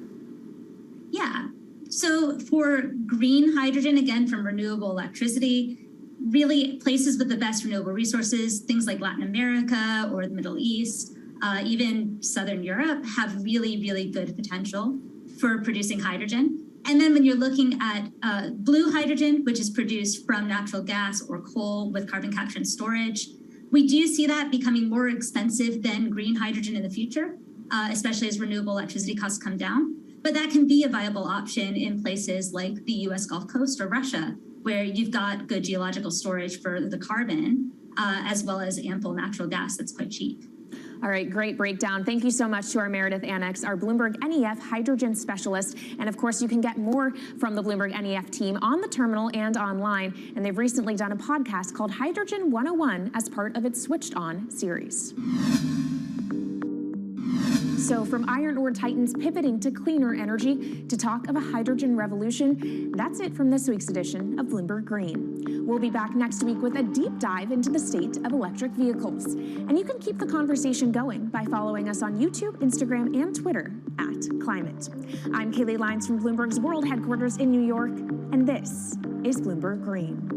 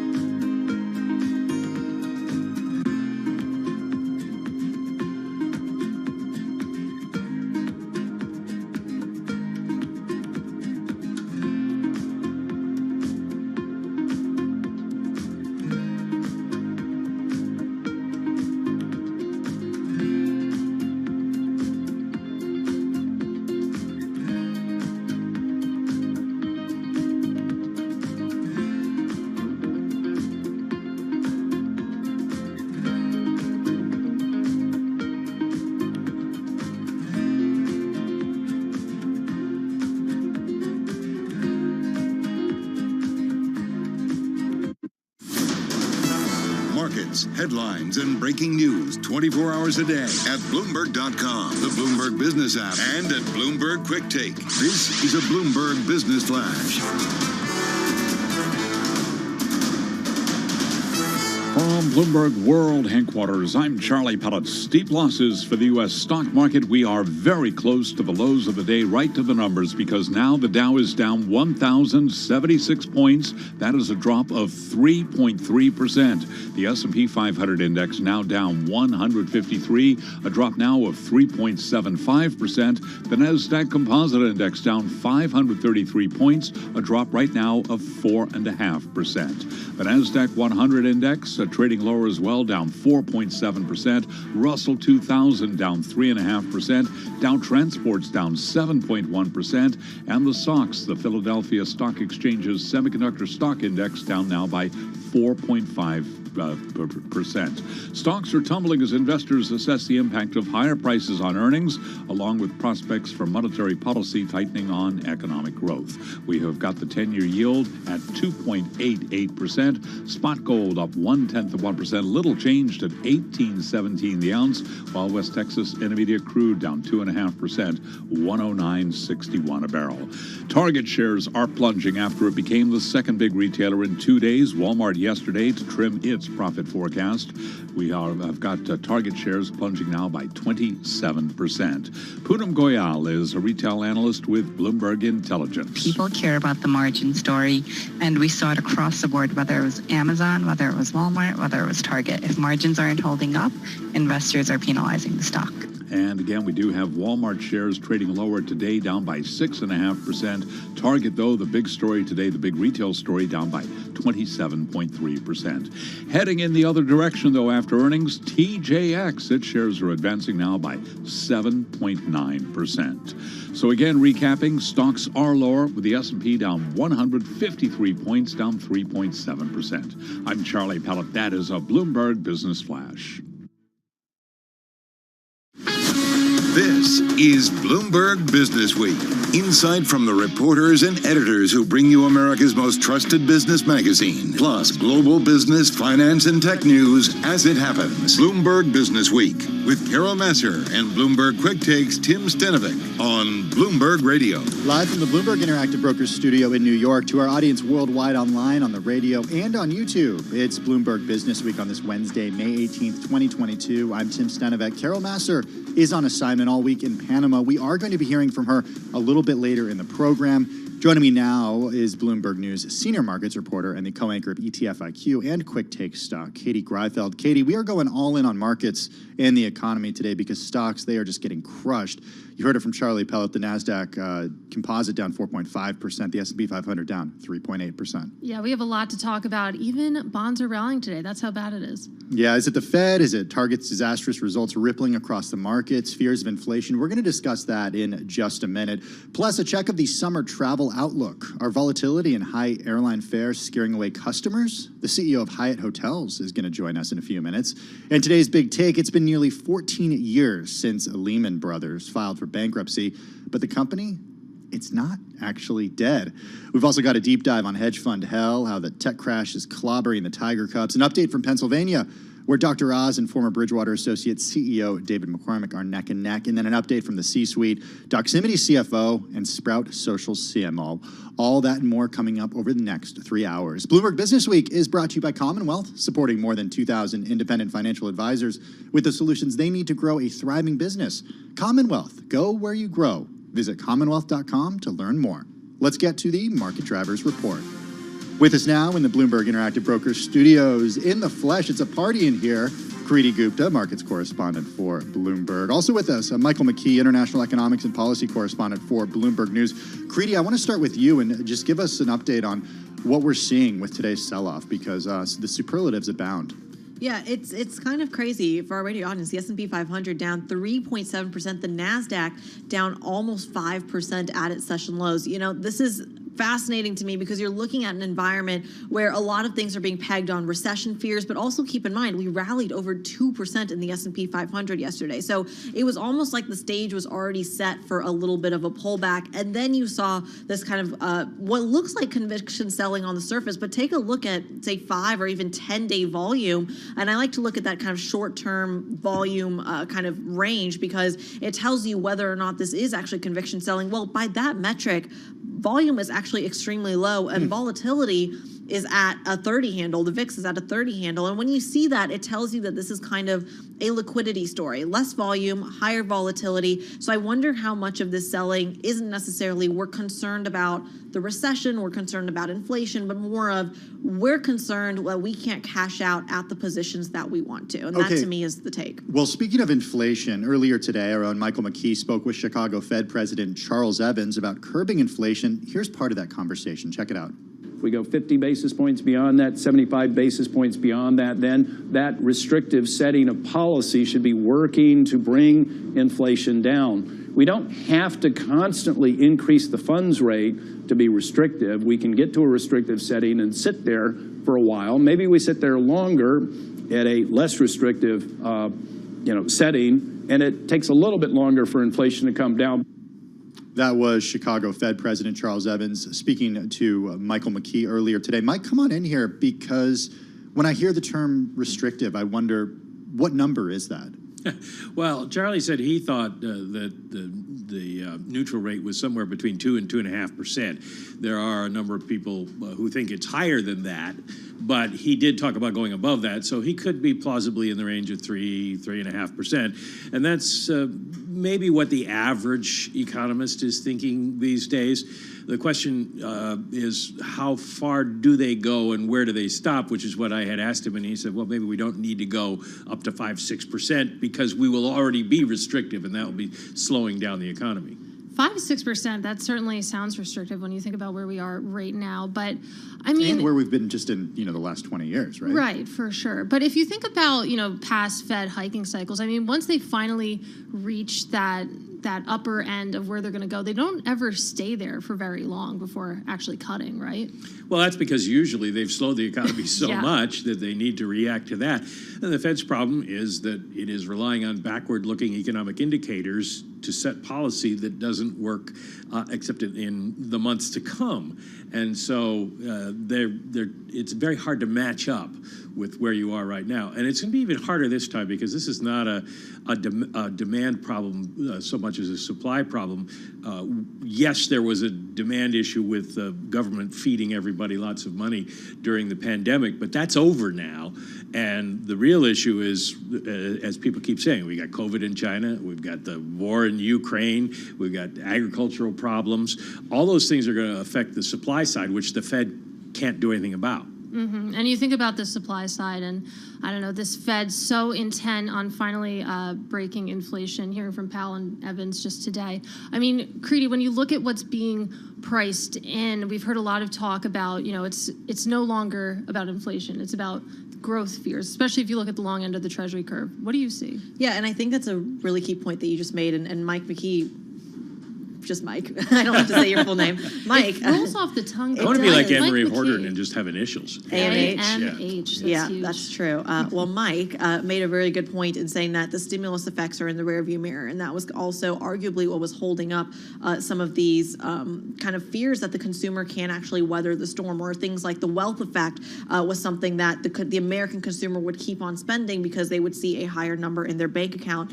A lot of that narrative has completely disappeared, saying something like, if you just look at, or if you've been watching the news every day and see the sell-off for, I think we're going on, 5 months now, that you're going to start to have the wealth effect, the inflation expectations kind of actually soar a little bit. So that's going to be a problem. Speaking of the long end of the curve, the 10-year yield is what's really catching my eye here, because it's dropping 10 basis points. You're seeing a bid into treasuries in an inflationary environment, and you're actually seeing a divergence between bond yields and the dollar. Right. And the dollar has actually taking the bond yields cue. So to see that divergence tells you there's a haven bid afloat. A great conversation. Kriti Gupta, markets correspondent here at Bloomberg. Also, Michael McKee, international economics and policy correspondent for Bloomberg News, both joining us live from the Bloomberg Interactive Brokers studio. We're going all in on markets and economy. In just a few minutes, we're going to hear about Target's disastrous earnings report. In the meantime, let's head to Washington, D.C. now for a check latest world and national news with Nancy Lyons. Hey, Nance. Thanks, Tim. Pennsylvania's bitterly fought Republican U.S. Senate primary is still too close to call. Everything about this campaign has been tight. That's Trump-endorsed celebrity physician Mehmet Oz, who holds the slimmest of leads over former Bridgewater Associate CEO David McCormick. Pennsylvania law requires an automatic recount in statewide races when the margin is less than or equal to 0.5 percentage points. The winner of this Republican primary will face Democratic nominee John Fetterman, who is recovering from a stroke and from surgery to have a pacemaker installed. In North Carolina, Congressman Ted Budd has won a crowded Republican primary for retiring GOP Senator Richard Burr's seat. I'm a conservative fighter. I'm America first, and I am honored to be your Republican nominee. Budd was endorsed by former President Trump. He will face Democrat Sherry Beasley, a former state Supreme Court Chief Justice. NATO Secretary General Jens Stoltenberg says that Finland and Sweden have applied for membership amid concerns over Russia's war in Ukraine. This is a good day at a critical moment for our security. Jens Stoltenberg warmly welcomed both nations. The applications must now be weighed by the 30-member countries. That process is expected to take about 2 weeks. Far fewer Americans are applying for mortgages to buy homes. Today's report from the Mortgage Bankers Association shows purchase applications fell 12% last week. Applications to refinance current mortgages dropped another 10% during the same time period. Global news 24 hours a day, on air and on Bloomberg Quick Take, powered by more than 2,700 journalists and analysts in more than 120 countries. I'm Nancy Lyons. Thank you so much for that update, Nancy Lyons. Tim Stanovic and Katie Greifeld on your birthday. Tim, wow. Katie just left. She did. Katie's with me now. I am. We've had a lot of time together today too. So Not enough. We have a lot more coming We do. up. We got a good 2.5 hours more. But who's counting? Yeah, I am. Hey, Katie Greifeld. Yeah. Happy birthday, first of all. Thanks. It is your birthday. I do want to talk a little bit about what we talked about on Monday, continuing into Tuesday, and a little bit today. It's fears of recession, and we're hearing increasingly from people who've seen many different market cycles that there is risk of recession. This most recent voice, Goldman Sachs CEO David Solomon, telling our own Sonali Basak that clients are preparing for slowing growth and a decline in asset prices, as well as extremely punitive inflation that creates a tax on the economy, saying there's a chance of a recession. And he did say he's not overly concerned about that risk, but he cited at least a 30% chance in the next 12 to 24 months that we do see that recession. And of course, that is the Goldman House view. So it's probably good that he cited his own economists, but that's not nothing, Tim, 30%. Yeah, his comments come months after his top deputy, John Waldron, told a large investment client that the Federal Reserve had not been acting swiftly enough to control inflation. And then don't forget what we heard from former Goldman Sachs CEO Lloyd Blankfein earlier this week, over the weekend, that he's concerned about this unease in soaring prices. David Solomon saying to Sonali, quote, "We have to get rid of inflation. Inflation is extremely punitive, especially on those that are living week to week, paycheck to paycheck. It's a big, big tax on that part of society. I think it's, quote, very, very important that we get it under control," end quote. And you're hearing that, and it's not just Solomon and other CEOs. You're hearing from former Fed officials, too, saying the Fed really has to act here. Maybe they're not moving quickly enough. Yeah, the big question is how quickly with the balance sheet, how quickly with rising interest rates. We're going to discuss that a lot on today's program. You're listening to Bloomberg Business Week on Bloomberg Radio.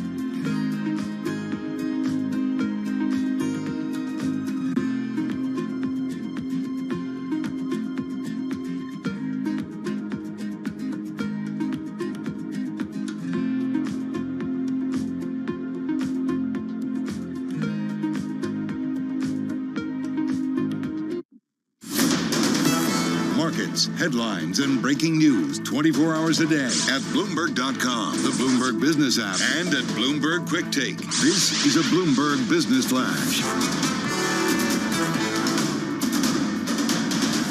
From Bloomberg World Headquarters, I'm Charlie Pellet. The selling continues very close to the lows of the day. Stocks are sinking on earnings and growth fears. S&P now down 151 points, down 1.7%. The Dow down 1,070, very close to session lows, down 3.3%. NASDAQ is down 526, a drop there of 4.4%. The NASDAQ 100 index also declining, down now by 4.6%. Russell 2000 down 3.6%. Dow Transport's down 7.1%. 10-year yield 2.88%. Spot gold up $2 the ounce to $18.17, up 0.1%. While West Texas Intermediate crude oil down 2.5%, 109.54 a barrel on WTI. Earnings news, Target plunging 27.6%. It trimmed its profit forecast due to a surge in costs. Also reporting today, Macy's, its shares plunging by 11.9%. Actually, Macy's moving lower after that report from Target. It was Walmart that reported yesterday. Walmart down again today, tumbling another 6.4%. TJX, though, the bright spot among earnings. TJX, the retailer out of Framingham, Massachusetts, up by 7.7%. today after its earnings topped estimates. So again, recapping steep losses for the U.S. stock market. S&P down 150, a drop there of 3.7%. I'm Charlie Pellet. That is a Bloomberg Business Flash. Thank you so much for that update, Charlie Pellet. Well, you heard Charlie mention that shares of Target are having their worst day since Monday, October 19th, 1987. We all know what happened on that day. That was Black Monday, where the Dow fell more than 500 points. At the time, it was more than 20% of its value was shed. Shares now down 27% of Target. It's on pace for its worst stock drop since that time, after becoming just the second big retailer in just 2 days. The other one was Walmart, to trim its profit forecast. Justin Zaks writes all about it. He writes a column for Bloomberg Taking Stock. Sign up to read it on the Bloomberg and at Bloomberg.com as well. Justin, good to have you with us. You're Bloomberg News Equities reporter in addition to writing the Taking Stock column. I want to talk a little bit about the effect that Target's disastrous quarter and earnings report is having on the rest of the market here. Margins are the concern. Inflation is the concern.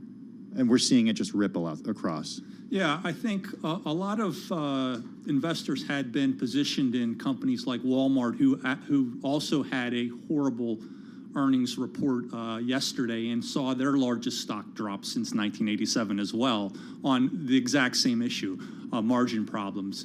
There was this idea that if inflation went up, then consumers in general may look to lower priced retailers like Target and Walmart. And that really hasn't happened, because inflation really is affecting the lower income and the lower middle class the most. And so what has happened is those individuals end up shifting their spending to what they absolutely have to have, like groceries, and away from their discretionary spending and some of their big box purchases they may have made at Target. And that caught everyone by surprise. And you highlight the fact that, this inflation risk, we really saw it in margins this earnings season. If I look past over the past 2 years, it feels like margins were sort of this shining star. I mean, at the index level, it felt like there was a new record hit every quarter in terms of profit margins.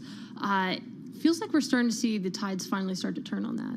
Yeah, at some point, it's going to be hard for these companies to pass along their costs every time, especially with the wage inflation we're seeing and really low rates of unemployment. The workers' wages are now really catching up, and there's only so much savings left from the COVID stimulus that people have to spend.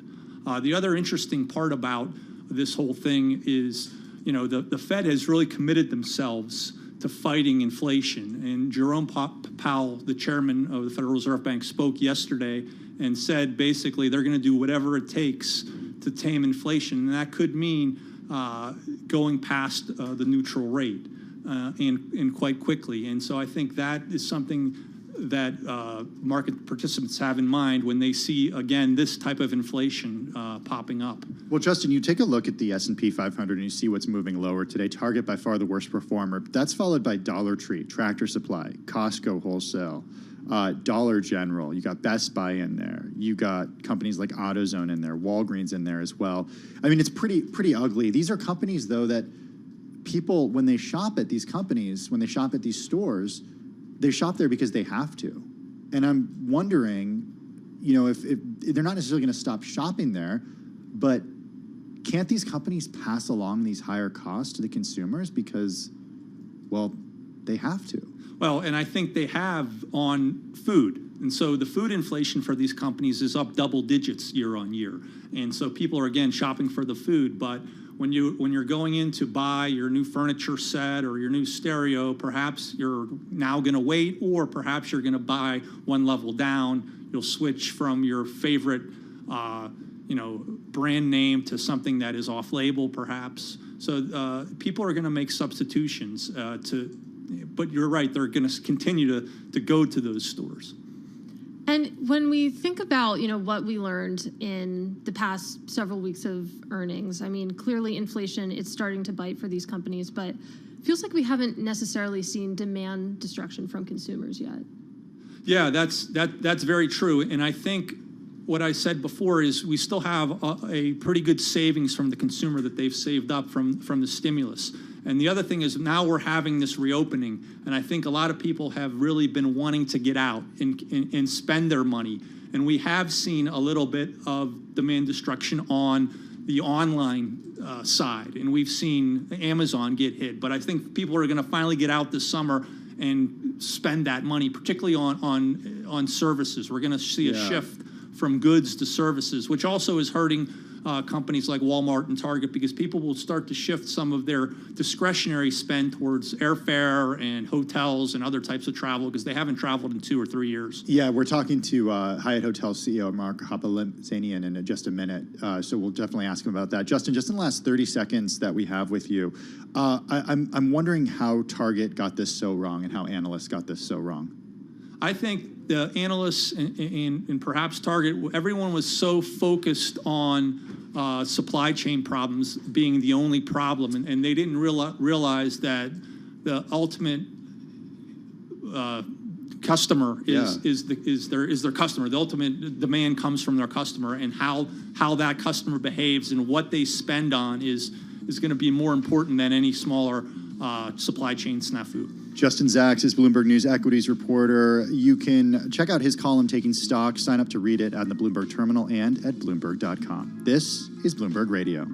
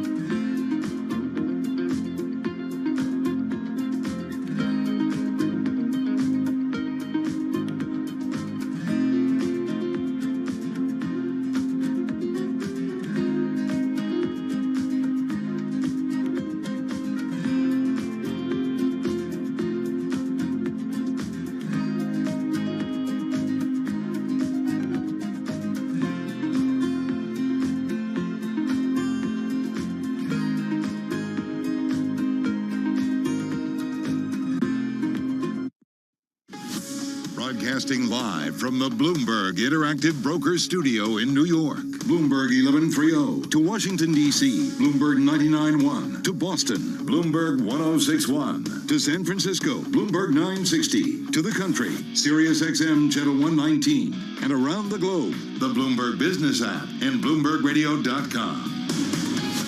This is Bloomberg Business Week.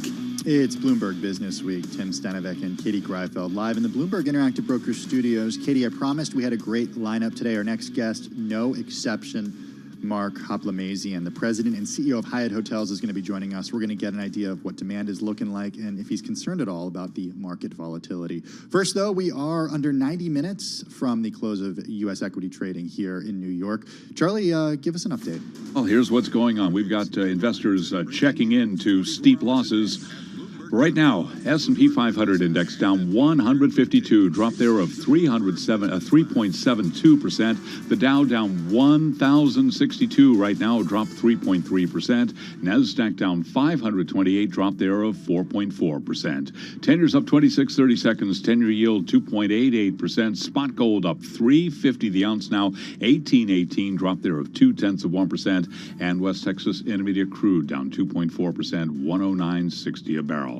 Stocks tumbling as investors assess the impact of higher prices on earnings, along with prospects from monetary policy tightening on economic growth. Perhaps the catalyst for all of this morning was the earnings report out of Target, just like Walmart yesterday.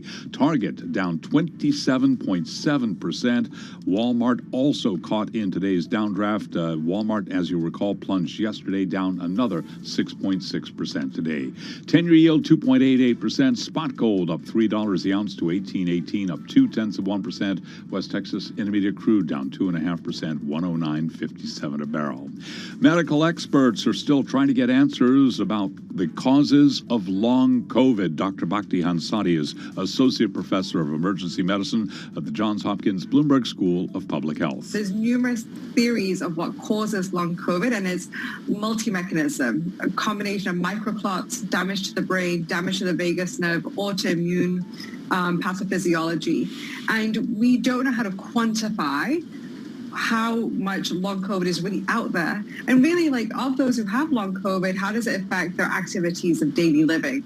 Dr. Bhakti Hansadi, Associate Professor of Emergency Medicine at the Johns Hopkins Bloomberg School of Public Health, which is supported by Michael R. Bloomberg, founder of Bloomberg LP and Bloomberg Philanthropies. Among some of the vaccine stocks that we check on a regular basis, Pfizer down 1.9%. Its German partner BioNTech, its ADRs down 1.7%. AstraZeneca's ADRs down 2.7%. Moderna out of Cambridge, Massachusetts, down 3.7%. Johnson & Johnson down now by 1%. Recapping, 10-year yield 2.88%. Steep losses for the U.S. stock market. S&P down 3.8%. I'm Charlie Pellet. That is a Bloomberg Business Flash. Thank you so much for that update, Charlie Pellet. Well, Hyatt Hotels reported results last week. The company beat on the top line, and the bottom line loss was narrower than expected thanks to strong demand for leisure travel. The company said that it saw record levels of leisure demand and that it expects the recovery to broaden and strengthen in the months ahead. Joining us now is Mark Hoplamazian, the president and CEO of Hyatt Hotels. Mark joins us via Zoom from Playa del Carmen, Mexico. Mark, really good to have you with us. How are you?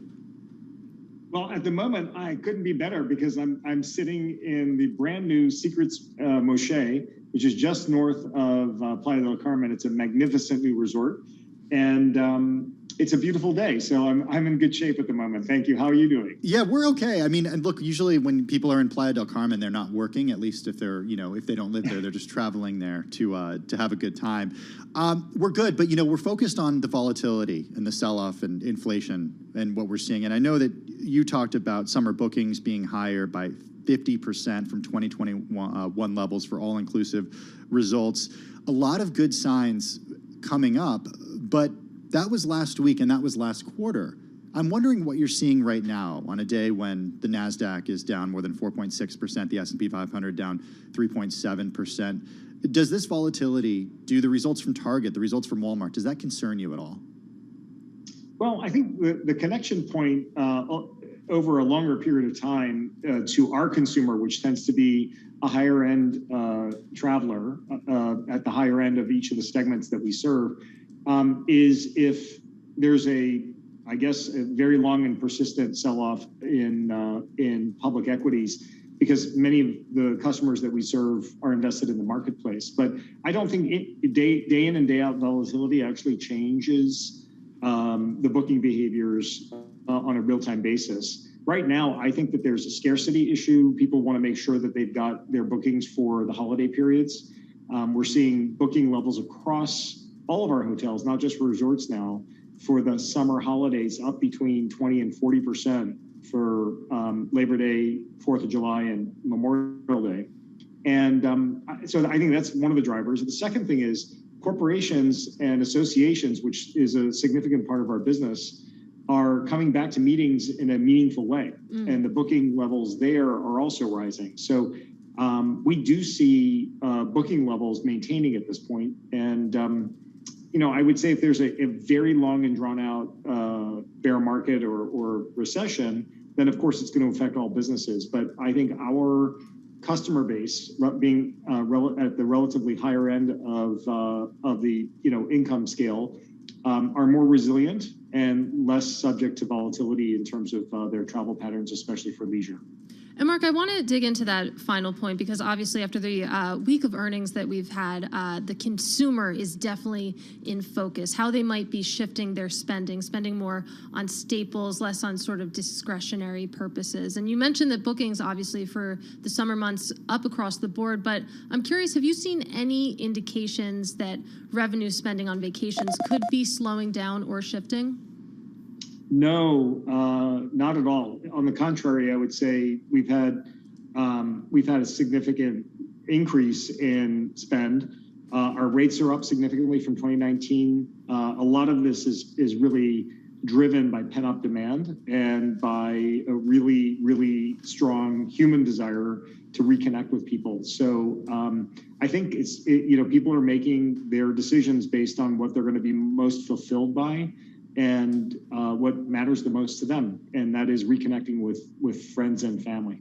Mark, I know that you do serve a higher end clientele, but everybody has their limits when it comes to spending, and I wonder about airfare prices. They are up double digits from last month, double digits from last year.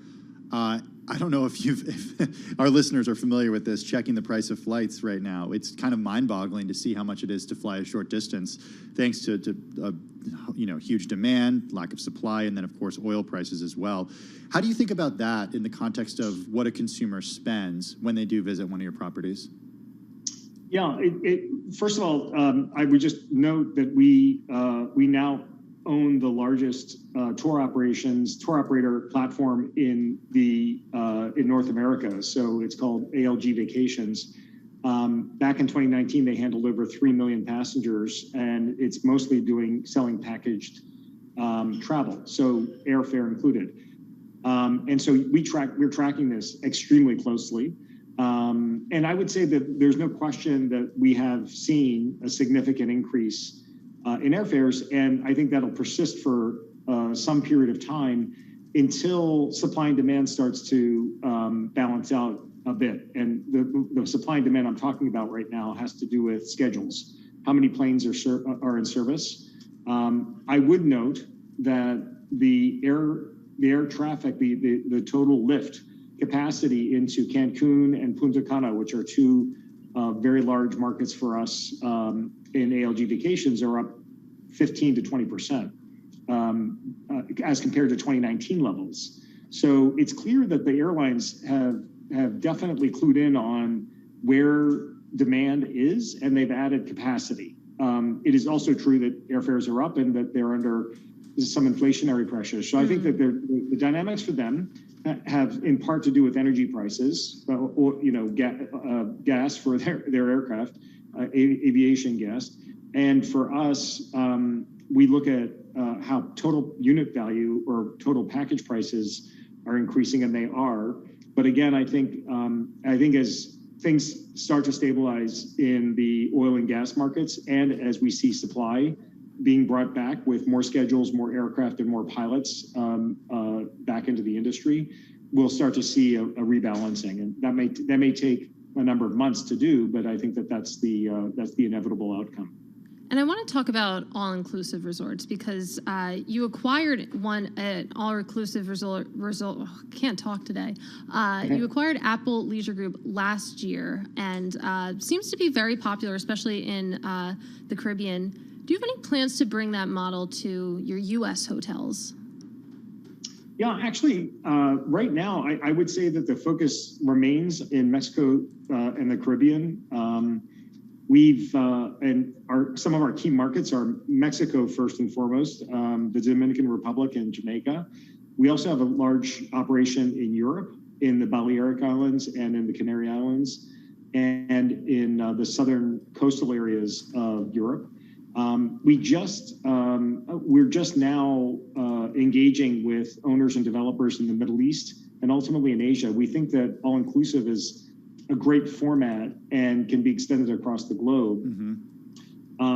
The particular arena that we're playing in is luxury all-inclusive, which ALG, the Apple Leisure Group, actually really created from scratch about 20 years ago.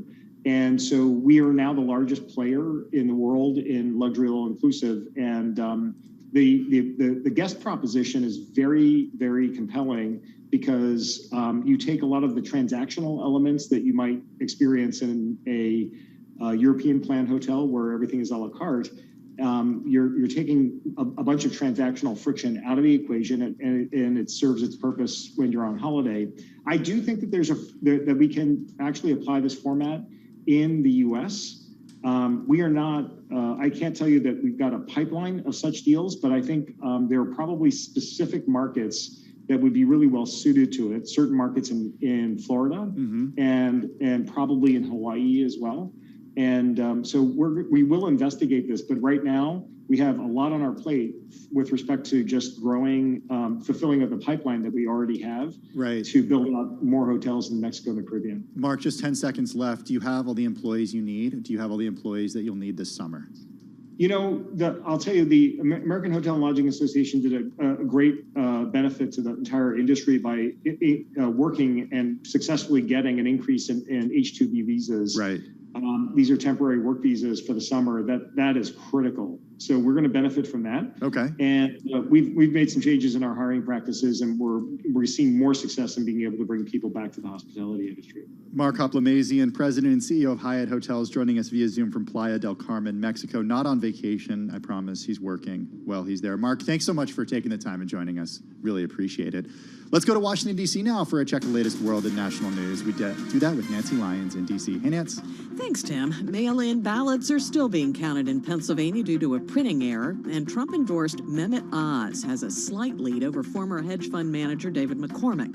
University of Virginia political analyst Larry Sabato says not all Trump-endorsed candidates won their contests yesterday, but he does not believe the former president's status as a power broker has been damaged.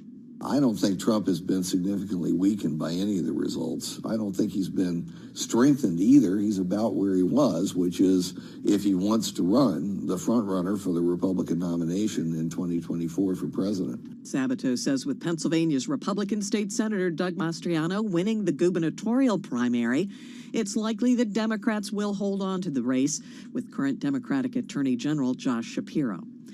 The U.S. and several global development banks and other groups have unveiled a multi-billion-dollar plan to stave off a worldwide food security crisis. U.S. Treasury Secretary Janet Yellen. Russia's war against Ukraine has exacerbated the issue of food security for people around the world, particularly in emerging and developing countries. Yellen says tens of billions will be spent supporting farmers, addressing the fertilizer supply crisis, and developing land for food production. A Russian soldier on trial for war crimes is pleading guilty to the murder of an unarmed Ukrainian civilian. The 21-year-old soldier was accused of violating the laws and customs of war for shooting a 62-year-old man to death in a northeastern village during the early days of the invasion. Global news 24 hours a day, on air and on Bloomberg Quick Take, powered by more than 2,700 journalists and analysts in more than 120 countries. I'm Nancy Lyons.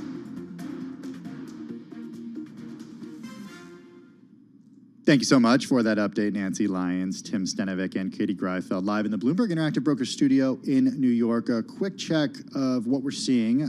We are pretty close to session lows right now. The NASDAQ Composite down 4.7%. The S&P 500 down 3.93%. We can go ahead and round that up to 4%. The Dow Jones Industrial Average down 3.5%. The NASDAQ 100 is also lower on the day today, down by close to 5%, Katie. Meanwhile, bonds finally catching a bid as this sell-off continues. If you look at Treasury yields, for example, 10-year Treasury yields down 10 basis points today. That's after they rose 10 basis points yesterday, so just forget that happened. We are sitting at 2.89% on that 10-year yield. That's after we just about reached 3% yesterday, Tim.